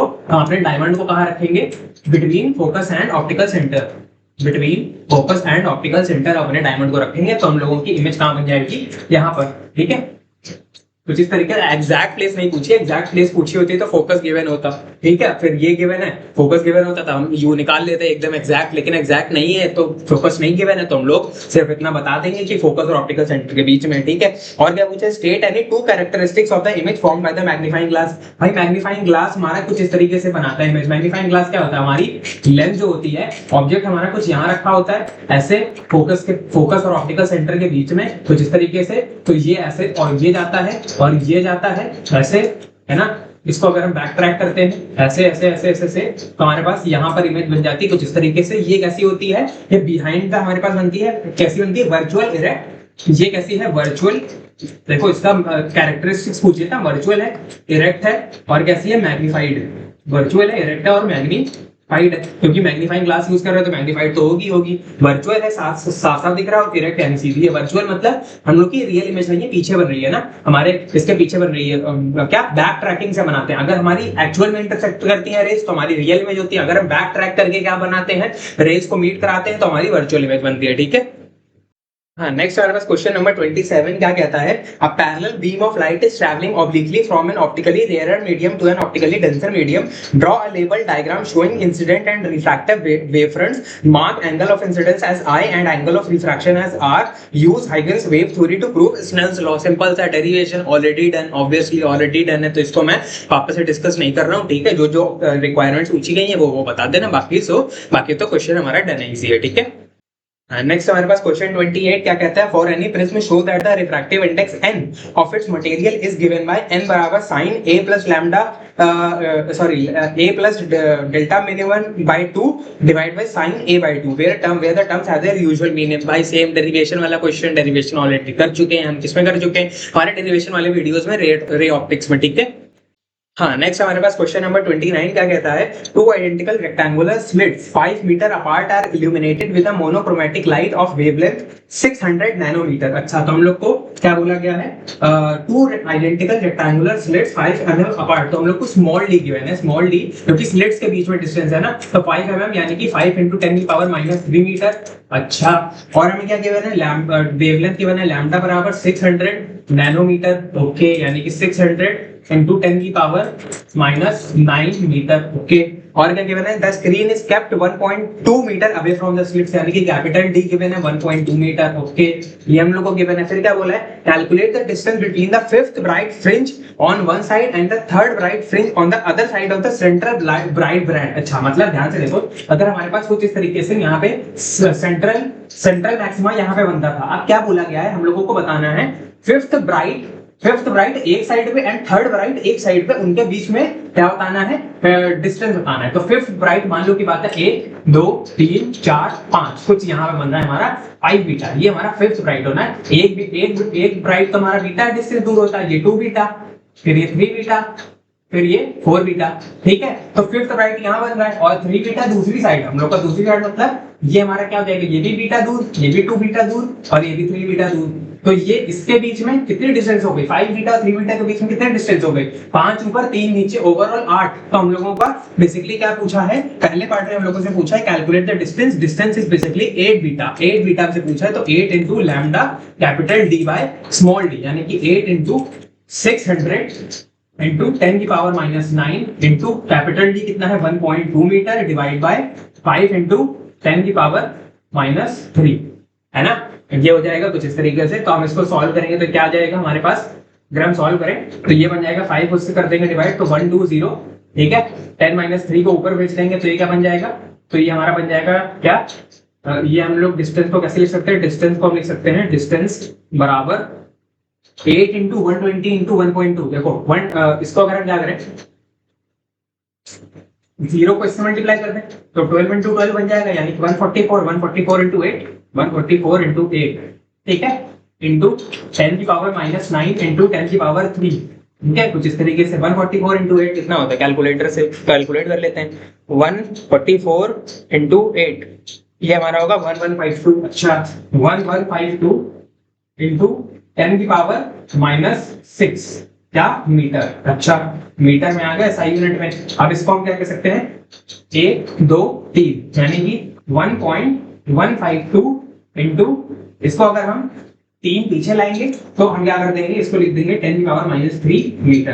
अब 10 की पावर -3 क्या होता है, मिलीमीटर, तो 1.152 millimetre is our final answer. 1.152 millimetre is our final answer. Hopefully इसका पहले पार्ट का समझ में आया होगा कि हमने किया क्या, इधर 5 बीटा एक साइड पे, 3 बीटा दूसरी साइड पे, तो ओवरऑल 8 बीटा को हमने कैलकुलेट किया, 1.152 मिलीमीटर हमारा आंसर आ रहा है, ठीक है। सेकंड क्या पूछा है, what will be the change in the interference pattern if the given light is replaced with monochromatic light of wavelength 500 nanometre. अच्छा हमारे इंटरफेरेंस पैटर्न में क्या फर्क पड़ेगा अगर हम अपने इसको चेंज करते हैं, मतलब अगर हम लैम्डा को इससे 600 नैनोमीटर हटा के 500 नैनोमीटर का रख दें। अच्छा अगर हमारे पास 600 नैनोमीटर का बेसिकली, अगर हमारे पास 600 नैनोमीटर का क्या है, 600 नैनोमीटर का वेवलेंथ है, तो अब हमारा बेसिकली अगर हमारा बीटा इनिशियल निकाले, बीटा इनिशियल जब हमने ये यूज किया तो हमारे पास लैम्डा d/d होगा।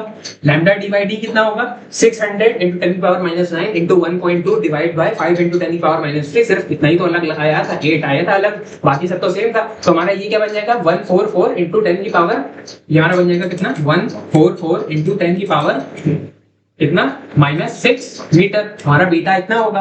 लेकिन जब हम क्या करेंगे, बीटा फाइनल निकालेंगे, यानी कि लैम्डा 500 रख देंगे, 500 × 10 की power -9 into 1.2 divide by 5 into क्या, 10 की पावर -3, तो 5 से जाएगा 100 टाइम्स, 5 से जाएगा 100 टाइम्स, है ना। तो ये हमारा क्या बन जाएगा, ये हमारा बन जाएगा 100 को इससे मल्टीप्लाई करेंगे, उधर जाएगा इधर जाएगा 120, तो 120 इंटू 10 की पावर -6 मीटर। अब ध्यान से देखो, इससे हुआ क्या, हमारा जब 600 नैनोमीटर लिया था तब हमारा बीटा इनिशियल कितना था, 144 × 10 की पावर -6 मीटर, है ना। और जब बीटा फाइनल हो गया यानी कि 500 नैनोमीटर लेने पर हमारा 120 × 10 की पावर -6 मीटर, तो हमारा बेसिकली क्या हुआ, फ्रिंज विड्थ डिक्रीजेस। हमसे पूछा गया है ना कि what will be the change, तो चेंज क्या होगा, फ्रिंज विड्थ डिक्रीजेस। अगर फ्रिंज विड्थ डिक्रीज हो जाएगी, अगर हमारी फ्रिंज विड्थ क्या हो जाएगी, डिक्रीज कर जाएगी, अगर हमारी फ्रिंज विड्थ डिक्रीज कर गई तो हमारा बेसिकली होगा क्या, अगर फ्रिंज विड्थ डिक्रीज कर गई तो हमारे पास, जैसे मान लो की बात, ये हमने कुछ इस तरीके से बनाया, फ्रिंज विड्थ डिक्रीज करके बीटा अगर यहाँ बना था, पहले बीटा अगर यहाँ था तो बीटा थोड़ा नीचे आ जाएगा, बीटा आ जाएगा थोड़ा नीचे।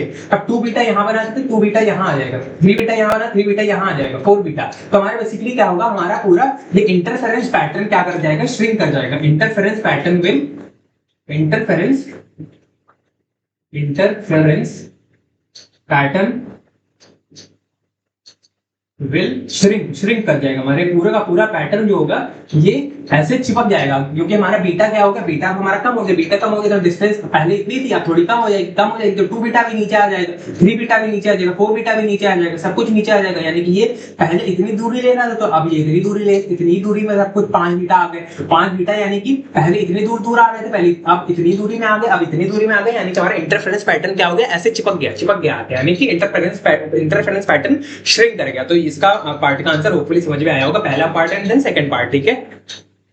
नेक्स्ट हमारे पास क्वेश्चन नंबर 30 क्या कहता है, असर्शन टाइप है, phase difference between 2 overlapping waves to produce a bright band. Bright band is 0, 2 pi, 4 pi, है ना, कहां तक, 2m-1 पाई तक। अच्छा ये बोला हुआ है कि ये पैटर्न है, इस पैटर्न मतलब इस फेज डिफरेंस पे हमारा क्या आएगा, ब्राइट आएगा, इस फेज डिफरेंस पे हमारा ब्राइट बैंड आएगा। अच्छा हमारी ब्राइट फ्रिंजेस बनेगी इस पर, है ना, ब्राइट फ्रिंजेस बनेगी इस वाले, इस वाले इस फेज डिफरेंस पर। अच्छा तो 0, 2 पाई, 4 पाई, हाँ भाई ये तो सही बात है कि ये तो इवन है, लेकिन 2m-1 क्या है, m हमारा इंटीजर होगा, तो m को अगर 2 रखेंगे, तो अगर m को अगर मान लो की बात 1 रखो, 2 रखो, कुछ भी रखो, तो 2 × 2 2 इंटू 2 माइनस 1 कितना हो गया 3 पाई। भाई अब इसमें 3 पाई कहाँ आ रहा है? ऑब्वियस सी बात है 0 2 पाई 4 पाई 6 पाई 8 पाई 10 पाई 12 पाई उसमें, यानी कि ये हम लोग का इवन पाई का है, तो इसमें हमारा 3 पाई कहां से आ गया बीच में? इसमें हमारा 3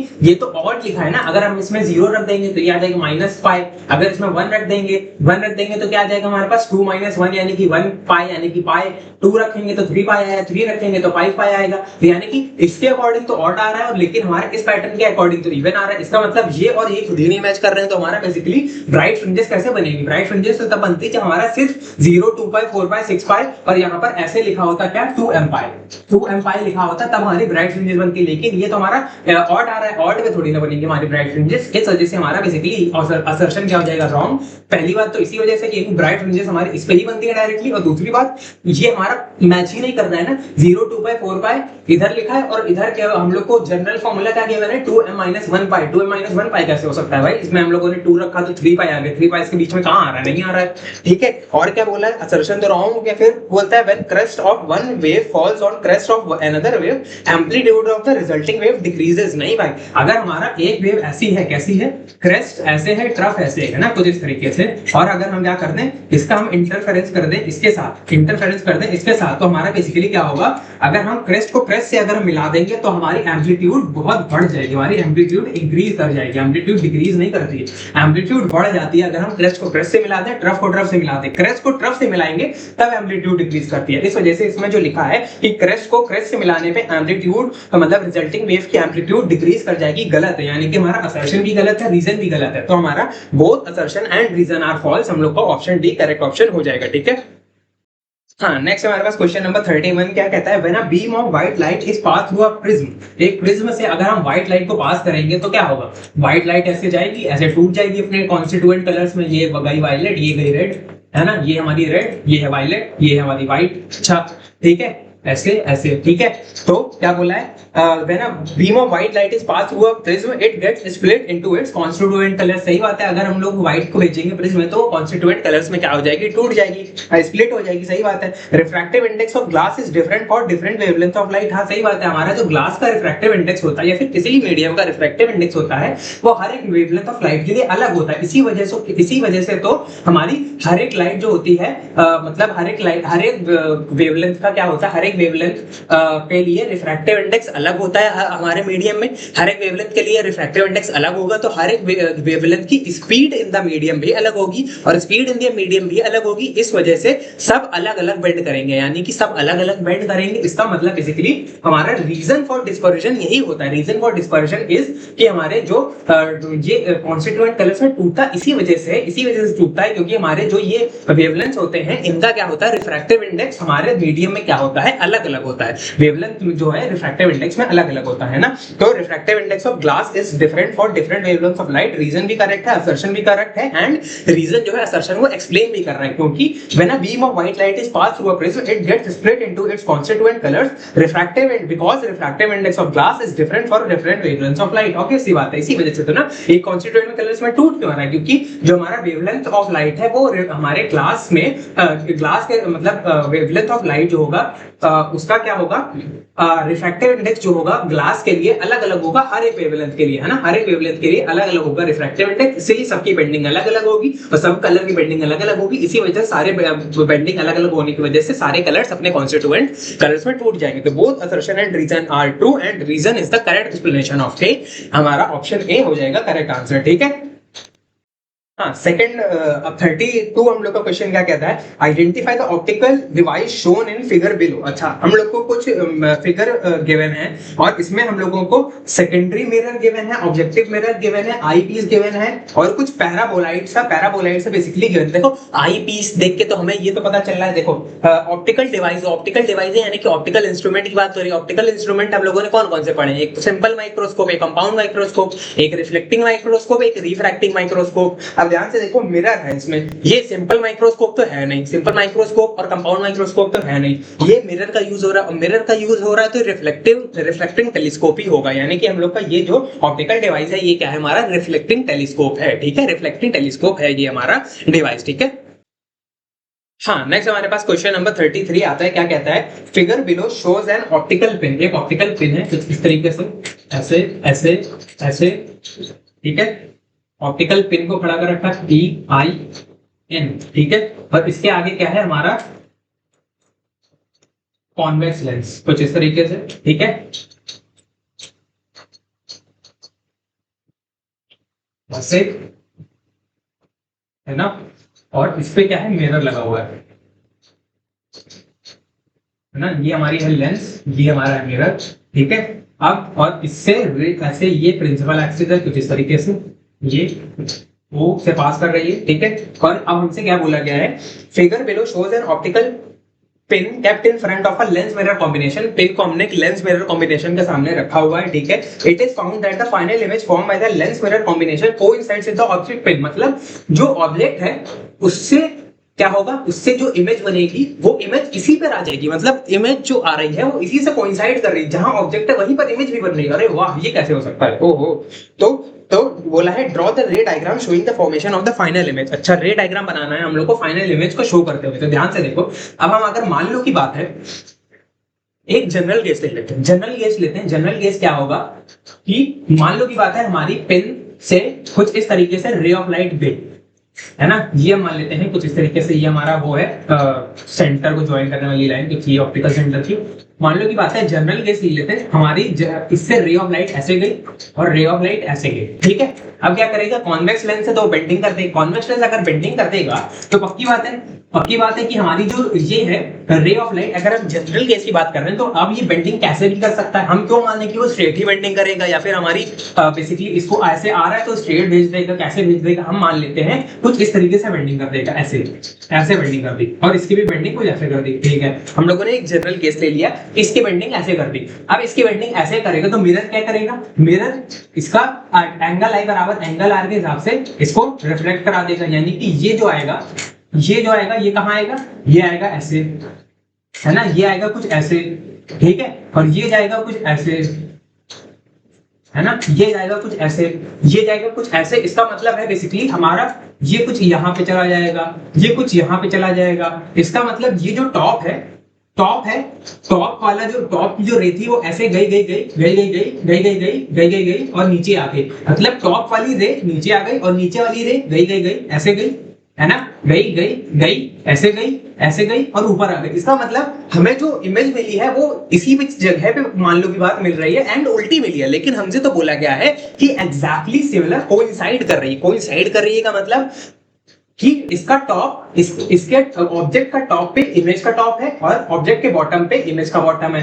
लेकिन हमें तो क्या पता चल रहा है, अगर हम जनरल केस ले रहे हैं तो कहीं ना कहीं हमारी जो इमेज आ रही है वो ऐसी इन्वर्टेड हो जा रही है, लेकिन हमें इन्वर्टेड तो चाहिए ही नहीं, हमें तो इरेक्ट चाहिए। तो अब हम क्या करते हैं, हमें जनरल केस के अलावा हमें स्पेसिफिक केस मान लेते हैं। स्पेसिफिक केस कैसा, अगर हम इस रे को मिटाएं, ऐसे मिटाओ, है ना, इस रे को हटाया, है ना, इस रे को हटाया, है ना, इस रे को हटा, है ना, कुछ इस तरीके से ऐसे ये ना, ये ठीक है।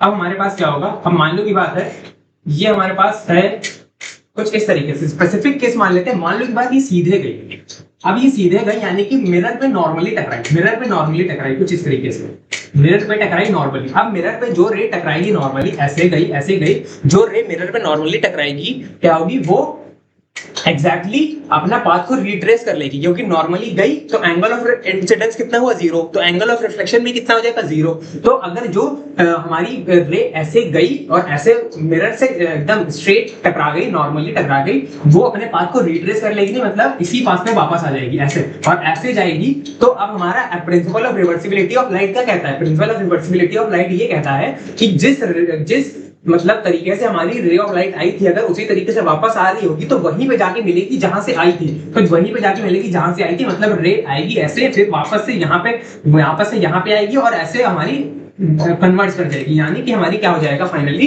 जो इमेज है, इमेज का जो टॉप है उसकी इमेज यहीं पर आके बन गई। इसका मतलब ये सही चीज आई है। हुआ क्या, हमारा मतलब ये जो रे डायग्राम है ये सही आया। पहले हम लोगों ने क्या लिया था, जनरल केस लिया था, जनरल केस में हमने कुछ ऐसे रे मतलब बनाई थी, फिर हमने क्या किया था, एंगल ऑफ इंसिडेंस कुछ आया था, फिर हमने एंगल ऑफ रिफ्लेक्शन के हिसाब से इसको ऐसे बेंड कराया, नीचे जाके हमारी क्या बन रही थी, इन्वर्टेड इमेज बन रही थी। बट हमने जब क्या कराया, एक स्पेसिफिक केस लिया कि रेस को ऐसे भेजा और ही इस पर डायरेक्टली इस पर टकराया। बेसिकली सिंपल सी बात है, कभी भी ऐसा कोई क्वेश्चन देखे जिसमें हमारी लेंस और मिरर का कॉम्बिनेशन हो, ठीक है, और हमारी ऑब्जेक्ट जहां रखा है उसका इमेज जो बन रहा है ऑब्जेक्ट की जगह ही बन रहा है, तो कहीं ना कहीं ये पक्की बात है, ये याद रखना। मैंने तो जनरल केस बना के समझा भी दिया, बट मैं इसको याद करने के पॉइंट ऑफ व्यू से भी याद कर सकते हैं कि अगर हम लोगों का जो इमेज जहां ऑब्जेक्ट रखा है वहीं पर हमारी इमेज भी बन रही है, तो अगर हमारा लेंस और मिरर का कॉम्बिनेशन है तो हमारी मिरर से पक्की बात है कि वो नॉर्मली ही टकराएगी रे, तभी हम लोग की नॉर्मली टकराएगी, पाथ रिट्रेस करेगी, वहीं पे आके कन्वर्ट कर जाएगी, वहीं पे आप कन्वर्ट कर जाएगी जहां से निकली थी, और उसी हिसाब से फिर हमारी इमेज वहीं पर बन जाएगी जहां से हमारी क्या हुई थी, ऑब्जेक्ट था। तो इसीलिए हम लोग कह सकते हैं कि ये हो जाएगा रे डायग्राम फॉर, इसका रे डायग्राम हो जाएगा हमारे इस वाले कंडीशन में, जब हम लोगों को अपने ऑब्जेक्ट की जगह ही इमेज चाहिए तो हम क्या करते हैं, ऐसे नॉर्मली हम लोग इंसिडेंट कराते हैं। डायरेक्टली याद भी कर सकते हो, मैंने समझा के भी बता दिया, एक जनरल केस लेके भी और स्पेसिफिक केस लेके भी, है ना। होपफुली समझोगे, बढ़ते हैं आगे। हाँ, नेक्स्ट हमारे पास क्वेश्चन नंबर 34 क्या कहता है, a parallel beam of monochromatic light of wavelength 450 nanometre is incident normally on a rectangular slit of width 0.9 micrometre. अच्छा, हमसे क्या बोला गया, वेवलेंथ कितनी है, वेवलेंथ हम लोग को बोला गया 450 नैनोमीटर। अच्छा, और हमसे क्या बोला गया, parallel beam of monochromatic light of wavelength is incident normally on a rectangular slit of width. हम लोग की देखो एक ही स्लिट की बात करिए, यानी कि हमारा सिंगल स्लिट एक्सपेरिमेंट, और सिंगल स्लिट एक्सपेरिमेंट मतलब डिफ्रैक्शन की बात करिए, तो लैम्डा कितना आ रहा है 450 नैनोमीटर, और हम लोग को विड्थ कितनी की है, विड्थ यानी कि ए, हम लोग को सिंगल, हम लोग की यही होगा ना फॉर्मूला, क्या, ए साइन थीटा बराबर एन लैम्डा, ए साइन थीटा बराबर एन लैम्डा। तो ए हम लोग को कितना गिवन है, ए हम लोग को विड्थ गिवन है 0.9 म्यूमीटर। अच्छा, तो हम लोगों को ये गिवन है। अब हमसे पूछा गया calculate angular width, angular width होता है हमारा 2 थीटा, एंगुलर विड्थ होता है हमारा 2 थीटा। तो 2 थीटा कैसे निकालेंगे, हम लिखेंगे ए साइन थीटा बराबर एन लैम्डा, साइन थीटा बराबर n lambda by a, theta बराबर sine inverse n lambda by a, और हमारा इसको कह देंगे क्या, 2 थीटा ये बन जाएगा 2 sine inverse n lambda by a. अब हम लोगों को क्या बोला है, पैरेलल बीम ऑफ लाइट, इसमें हम लोगों पे एन की कहीं बात नहीं करी, तो एन की बात नहीं करी तो एन को 1 ले लेंगे, एन को क्या ले लेंगे, 1 ले लेंगे, एन को 1 ले लेंगे, लैम्डा बाय ए, लैम्डा कितना है 450 नैनोमीटर, तो हम इसको लिखेंगे 2 थीटा, जो हमारा एंगुलर वेट था, ये हमारा एंगुलर वेट था, ये कितना आ जाएगा 2 साइन इनवर्स लैम्डा कितना है 450 नैनोमीटर, 450 into 10 की पावर -9, 450 into 10 की पावर -9, और 0.9 into 10 की पावर -6, कुछ इस तरीके से। तो ये हमारा क्या बन जाएगा, ये हमारा ऊपर जाके बन जाएगा into 10 की पावर 6, कुछ इस तरीके से। अब हम इसको कैसे लिख सकते हैं, इसको लिख सकते हैं हमारी 2 थीटा को, 2 थीटा बराबर 2 साइन इनवर्स 10 की पावर -9 into 10 की पावर 6, 10 की पावर -3, 10 की पावर -3, यानी कि एक 0 जाएगा, ये जाएगा, ये जाएगा, तो ये हमारा बन जाएगा 0.45 डिवाइड बाय 0.90, है ना, 0.90 कह सकते हैं इस तरीके से। तो ये हमारा 0.0 हट जाएगा, 45/90, ये हमारा आ गया कितना, 2 sine inverse 1/2, 2 sine inverse 1/2, sine inverse 1/2 कितना होता है, साइन इनवर्स 1/2 होता है हमारा कितना होता है,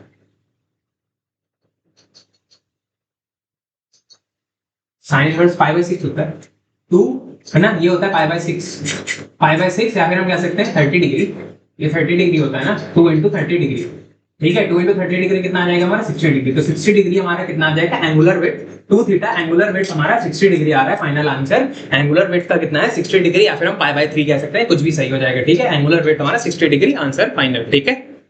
हाँ, नेक्स्ट हमारे पास क्वेश्चन नंबर 35 क्या कहता है, name the electromagnetic wave emitted by the remote control operating the TV set. अरे अब टीवी सेट के लिए हम लोग यूज करते हैं इंफ्रारेड रेज, है ना, टीवी सेट और रिमोट किससे चलता है, इंफ्रारेड रेज से, ठीक है। फिर क्या पूछा है, state any one property common to all electromagnetic waves. सारी इलेक्ट्रोमैग्नेटिक वेव्स हमारी वैक्यूम में चलती हैं, सारी इलेक्ट्रोमैग्नेटिक वेव्स वैक्यूम में चलती हैं, 3 × 10⁸ मीटर पर सेकंड की स्पीड से सारी इलेक्ट्रोमैग्नेटिक वेव्स की कॉमन प्रॉपर्टी है ना, रिफ्लेक्शन शो करती है, डिफ्रैक्शन शो करती है, बहुत तमाम प्रॉपर्टीज इनके कॉमन होती हैं, ठीक है।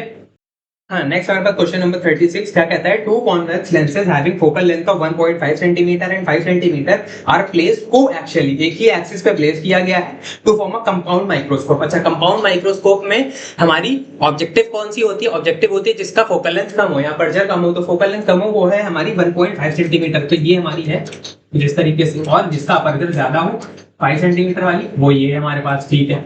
तो अब हम इस तरीके से ये पहचानना भी वेरी इंपॉर्टेंट, ये क्या है, इसका फोकस कितना है 1.5 सेंटीमीटर और इनका सेम एक्सिस है ना, कुछ इस तरीके से है ना, 1.5 सेंटीमीटर और इसका कितना है 5 सेंटीमीटर, ठीक है। अब क्या बोला गया है, when a pin is kept at a distance of 1.6 centimeter from the objective lens से 1.6 सेंटीमीटर, मतलब कुछ इस जगह पे, ये हमारा u गिवन है कितना, u है कितना हम लोग का, ये हम लोग को u गिवन है कितना 1.6 सेंटीमीटर ऑब्जेक्टिव लेंस से दूर है, ठीक है। हम लोगों को ये बोला गया है, और a virtual magnified image is formed at a distance 25 centimetre from the eyepiece. अच्छा, आई पीस से कितनी दूर बना है, आई पीस हमारी ये है ना, ये ऑब्जेक्टिव है, ये हमारी आई पीस है। आई पीस से कितनी दूर बना है, आई पीस से दूर बना है 25 सेंटीमीटर दूर हम लोग की क्या बनी है, इमेज बनी है, वर्चुअल मैग्नीफाइड है कैसी। अच्छा, वर्चुअल मैग्नीफाइड, जो वर्चुअल मैग्नीफाइड बनेगी, वर्चुअल है, वर्चुअल मैग्नीफाइड जो फाइनल इमेज, इधर फाइनल इमेज की बात करिए ना, when a pen is kept at distance of virtual magnified is image, तो हम लोग की फाइनल इमेज की बात करें, क्योंकि वर्चुअल जो होती है वो फाइनल इमेज होती है ना, इसके लिए वर्चुअल यही होगी है ना, इसके लिए वर्चुअल ये वाली होगी, क्योंकि ये होगी, इसके लिए ये जो यहाँ पे बनाएगी intermediate image will be a real image, लेकिन ये वाली जो होती है वर्चुअल होती है, क्यों, क्योंकि ये इरेक्ट है, ये ऐसे बनेगी नीचे की तरफ और ये भी नीचे की तरफ, तो दोनों आपस में इरेक्ट है, ठीक है। और ये कैसी होगी, ये ऊपर की तरफ होगी तो ये नीचे की तरफ, तो इसके लिए ये वाली कैसी हो जाएगी, रियल एंड इन्वर्टेड, ठीक है। तो हम लोगों को ये दिया है कि ये है 25 सेंटीमीटर, 25 सेंटीमीटर कुछ इस तरीके से, ठीक है। अब और क्या गिवन है, और हम लोगों को गिवन है calculate the length of the microscope. Length of the microscope मतलब ये इसके बीच में डिस्टेंस जो है हम लोग को ये कैलकुलेट करना है। अच्छा, तो अब इसको कैलकुलेट करना स्टार्ट करते हैं। इसको अगर हम कैलकुलेट करना स्टार्ट करें तो ध्यान से देखो, यहाँ पर u है, ये हमारा f है, ठीक है। तो हमारे पास v कितना आ जाएगा, यानी कि ये हमारे पास जो ये बनेगी, ये कितनी बनेगी, ये कितनी बनेगी, कैलकुलेट कर लेते हैं। देखो, और हमारा ध्यान से देखो, हम लोग f इसको सच दैट रखते हैं कि जो हमारा ये आए, ये हमारी इमेज आए, ये f के अंदर आए, मतलब जो ये हमारा है ये 5 सेंटीमीटर है, ठीक है, ये हमारा 5 सेंटीमीटर होगा। ये फोकस के अंदर रखते हैं ना, फोकस और ऑप्टिकल सेंटर के बीच में इंटरमीडिएट इमेज को, और इसको हम रखेंगे यहाँ पर। तो इसको अगर हम कैलकुलेट करें, पहले पार्ट को अगर हम कैलकुलेट करें, तो इसको थोड़ा मैं मिटा देता हूँ, उसको मैं ऊपर लिख देता हूँ, ठीक है। ऐसे ये हमारा 25 सेंटीमीटर है यहाँ से, ठीक है। अब मैं क्या करता हूँ, 1/f पहली इस वाले लेंस के लिए, फॉर ऑब्जेक्टिव लेंस के लिए 1/f बराबर 1/v माइनस 1/u, ठीक है। 1/f देखो, फोकस हमारी कॉन्वेक्स के लिए तो पॉजिटिव ही होता है, तो ये हो जाएगा 1/1.5 है ना, 1 प्लस 1.5।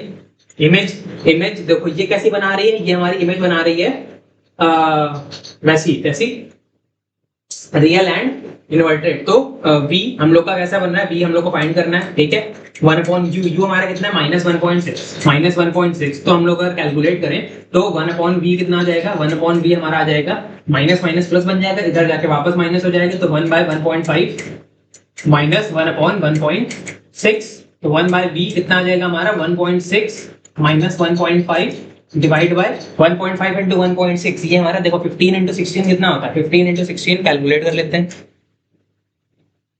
15 1.5 इंटू 1.6, ये हमारा होता है 12/5, यानी कि 2.4 है ना, 2.4, हाँ सही है, 2.4 तो ये आ जाएगा कितना 0.1/2.4, या फिर हम कह सकते हैं 1/24। तो हमारा v कितना आ रहा है, v आ रहा है हमारा प्लस 24 सेंटीमीटर, यानी कि हमारा बेसिकली इमेज डिस्टेंस आ रहा है ये आ रहा है कितना, v बराबर 24 सेंटीमीटर। ओके, ये अगर हमारा v बराबर 24 सेंटीमीटर है, ठीक है, यहां से v बराबर 24 सेंटीमीटर है, ठीक है। और हमसे क्या फाइंड करने को बोला गया है, अब हमें यहाँ तक तो डिस्टेंस पता चल गई, हमें निकालना है इसके बीच में और ऑब्जेक्ट, मतलब हमें जो लेंथ निकालनी है, लेंथ ऑफ माइक्रोस्कोप पूछा है। Length of microscope is basically O से लेके ई के बीच में। अब ओ से लेके हमें यहाँ तक तो पता चल गई, अब यहाँ से लेके यहाँ तक पता करना है, यहाँ से लेके यहाँ तक पता करना है। उसके लिए हम क्या करेंगे, अब ध्यान से देखो, ये जो हमारी इमेज बनी है इंटरमीडिएट इमेज, ये इस लेंस के लिए ऑब्जेक्ट की तरह काम करेगी। अच्छा, ये इस लेंस के लिए ऑब्जेक्ट की तरह ये वाली काम करेगी। अब इसके लिए ऑब्जेक्ट की तरह ये काम करेगी, और ये क्या है, ये हमारी फाइनल इमेज है। ये हमारी फाइनल इमेज है, कैसी, वर्चुअल मैग्नीफाइड। इसका मतलब हम इसको सॉल्व करते हैं। अब हम इसको सॉल्व करते हैं। 1/f बराबर 1/v माइनस 1/u। अब हमें u फाइंड करना है, मतलब ये डिस्टेंस फाइंड करनी है। हम लोगों ने इतने डिस्टेंस फाइंड कर ली इतनी, अब हमें ये से यहाँ तक फाइंड करनी है ना, यहाँ से यहाँ तक, यानी कि ऑब्जेक्ट डिस्टेंस इससे इस तक। तो हमें क्या फाइंड करना है, f हम लोग का कितना हो जाएगा, 5 सेंटीमीटर पॉजिटिव में रखेंगे, 1/+5 बराबर 1/v। माइनस में आएगा, माइनस में क्यों आएगा, क्योंकि हम लोगों की ये वर्चुअल एंड कैसी बनी है, वर्चुअल एंड डायरेक्ट, तो माइनस में आएगा ये, तो माइनस में आएगा, तो कितना हो जाएगा, -25 है ना, 1/-25 माइनस 1/-u। ठीक है, माइनस यू हम लोगों ने साइन कन्वेंशन यू में पहले ही डाल दिया, हम लोगों ने साइन कन्वेंशन पहले ही डाल दी, तो यू जो आएगा हमारा पॉजिटिव आएगा, मतलब हमारे पास पॉजिटिव डिस्टेंस आ जाएगी। चलो हम लोग को साइन हटा देते हैं, जो भी आएगा साइन हम देख लेंगे साइन के हिसाब से। ठीक है, अब हम क्या करते हैं, इसको सॉल्व करते हैं, तो ये हमारा क्या जाएगा, 1/v इधर आएगा, ये क्या बन जाएगा, -1/25 और 1 -1/5 है ना, इसको 2/25 और ये बन जाएगा कितना हमारा 6, नहीं ये बन जाएगा हमारा 5।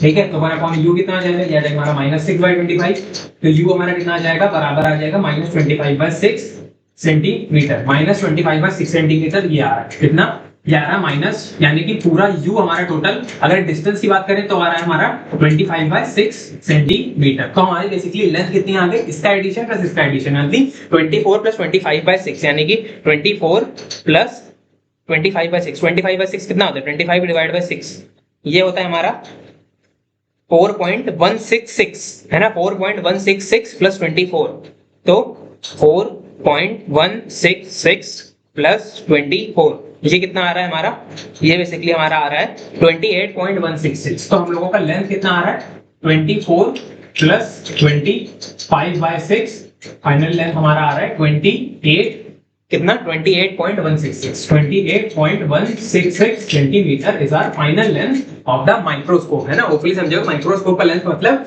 ये ऑब्जेक्टिव से आई पीस की डिस्टेंस। हम लोगों ने बड़ा अच्छा, काफी अच्छा क्वेश्चन था, हम लोगों ने पहले इसका u गिवन था, f गिवन था, और ये निकाला, इसकी इमेज की डिस्टेंस ये आ गई, हम लोग को ये पता चल गया। अब हमें ये गिवन था, इसका फोकल लेंथ गिवन था, तो हमने u निकाल लिया। अब हमें इसके बीच में ये पता चलेगा, ये पता चलेगा, तो ओवरऑल डिस्टेंस ये और प्लस ये हमारे पास लेंथ ऑफ माइक्रोस्कोप आ गया। ठीक है, हाँ, नेक्स्ट हमारे पास क्वेश्चन है, क्वेश्चन 37 क्या कहता है, with the help of a label diagram and Huygens wave theory prove when a parallel beam of light is incident obliquely on a plane mirror, angle of incidence is equal to angle of reflection is equal to angle of incidence. भाई वही हमारा again derivation वाला question, derivation already कर चुके हैं, देख लेना जाके। ठीक है, स्किप कर रहा हूं मैं। हाँ, नेक्स्ट हमारे पास क्वेश्चन 38 क्या कहता है, Shyam was performing a double slit experiment. Shyam हमारा बेसिकली क्या कर रहा था, डबल स्लिट एक्सपेरिमेंट परफॉर्म कर रहा था to determine wavelength of a monochromatic light emitted by a laser. क्या डिटरमिन करने के लिए, wavelength of a light, monochromatic light emitted by a laser. अच्छा, examiner asked him some questions based on that experiment, examiner ने उसका viva ले लिया। अच्छा, तो श्याम ने आंसर किए questions as per his understanding of the experiment. Shyam ने अपने अंडरस्टैंडिंग के हिसाब से क्वेश्चन को आंसर किया। State whether his answers are correct. हमें बताना है कि उसके आंसर्स करेक्ट है या नहीं।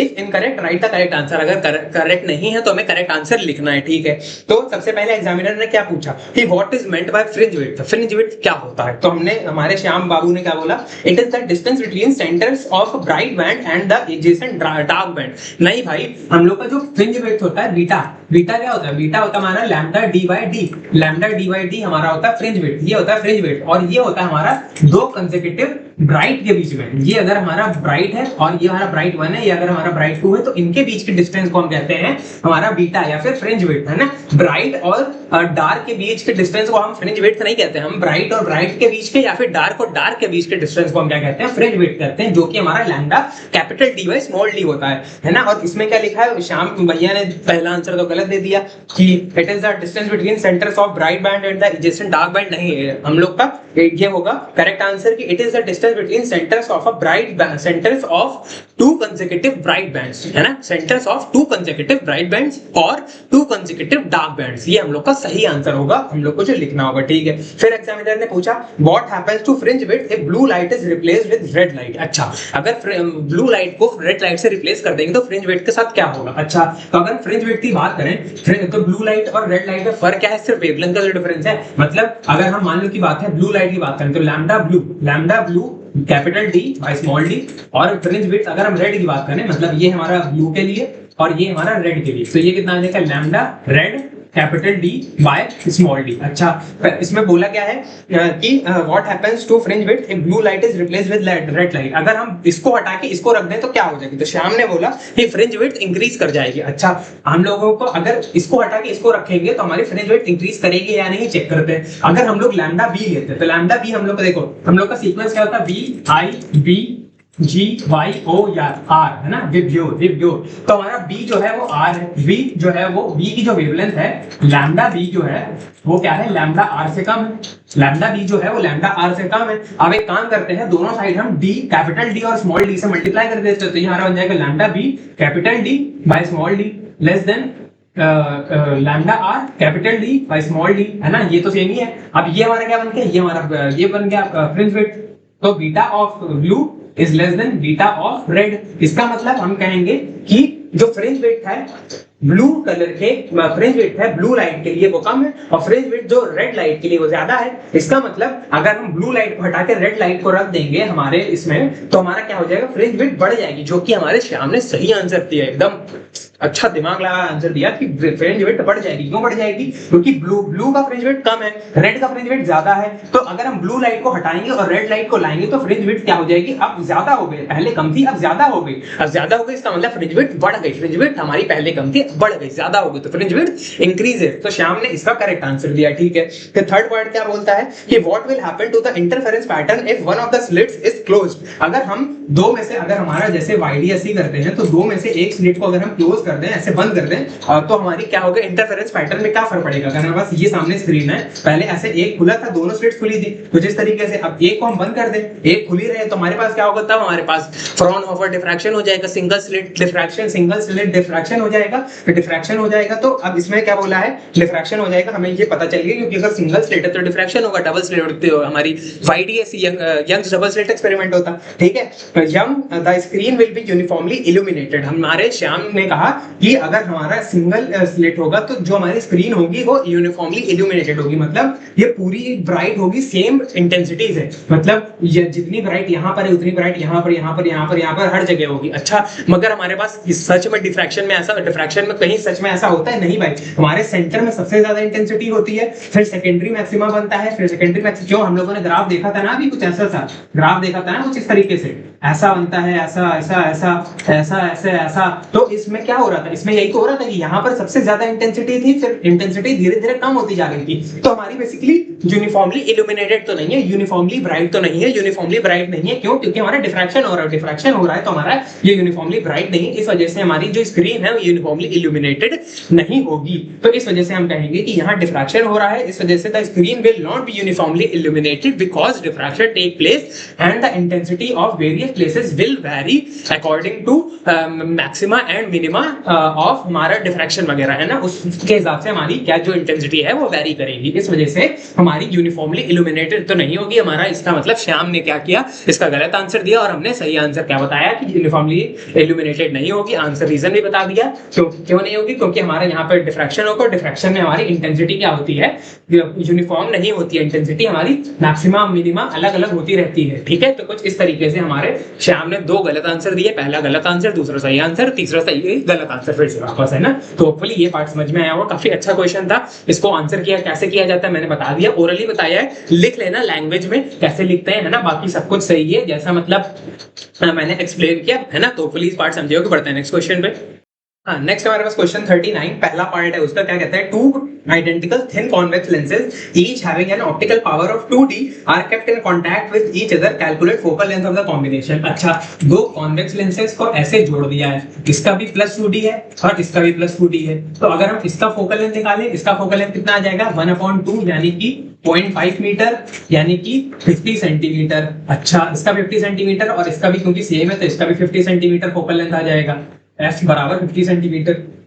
अब हमें क्या बोला है, कॉम्बिनेशन का हम लोग को फोकल लेंथ निकालना है 1/f1 और ये है f2, तो 1/f1 प्लस 1/f2, तो ये हमारा कितना आ जाएगा 1/50 प्लस 1/50, तो ये हमारा आ जाएगा 2/50 यानी कि 1/25, तो हमारा फाइनल फोकल लेंथ कितना आ जाएगा 25 सेंटीमीटर। 25 सेंटीमीटर आ जाएगा फाइनल फोकल लेंथ, जो हमसे पूछा गया था कि फाइनल फोकल लेंथ का मतलब focal length of the combination का हम लोग को बताना है फाइनल। ठीक है, अब नेक्स्ट क्वेश्चन क्या पूछा है, नेक्स्ट क्वेश्चन पूछा है कुछ इस तरीके से हम लोग को वो गिवन है ना, एक काम करते हैं इसको इरेज करके ही बना लेते हैं। ठीक है, हाँ, नेक्स्ट हमारे पास ये वाला क्वेश्चन क्या कहता है, ये हमारा ग्लास है। ठीक है, ग्लास है। ठीक है, तो क्या कहता है, figure below shows a ray of monochromatic light, एक रे आई है monochromatic light incident normally I है पहले सरफेस AB पर ऑफ एन एक्विलेटरल प्लेस में ग्लास ABC, एक्विलेटरल है मतलब ये भी 60, ये भी 60 और ये भी 60। अच्छा, तीनों 60 डिग्री है। अच्छा, तो whose adjacent surface AC is covered with a transparent liquid,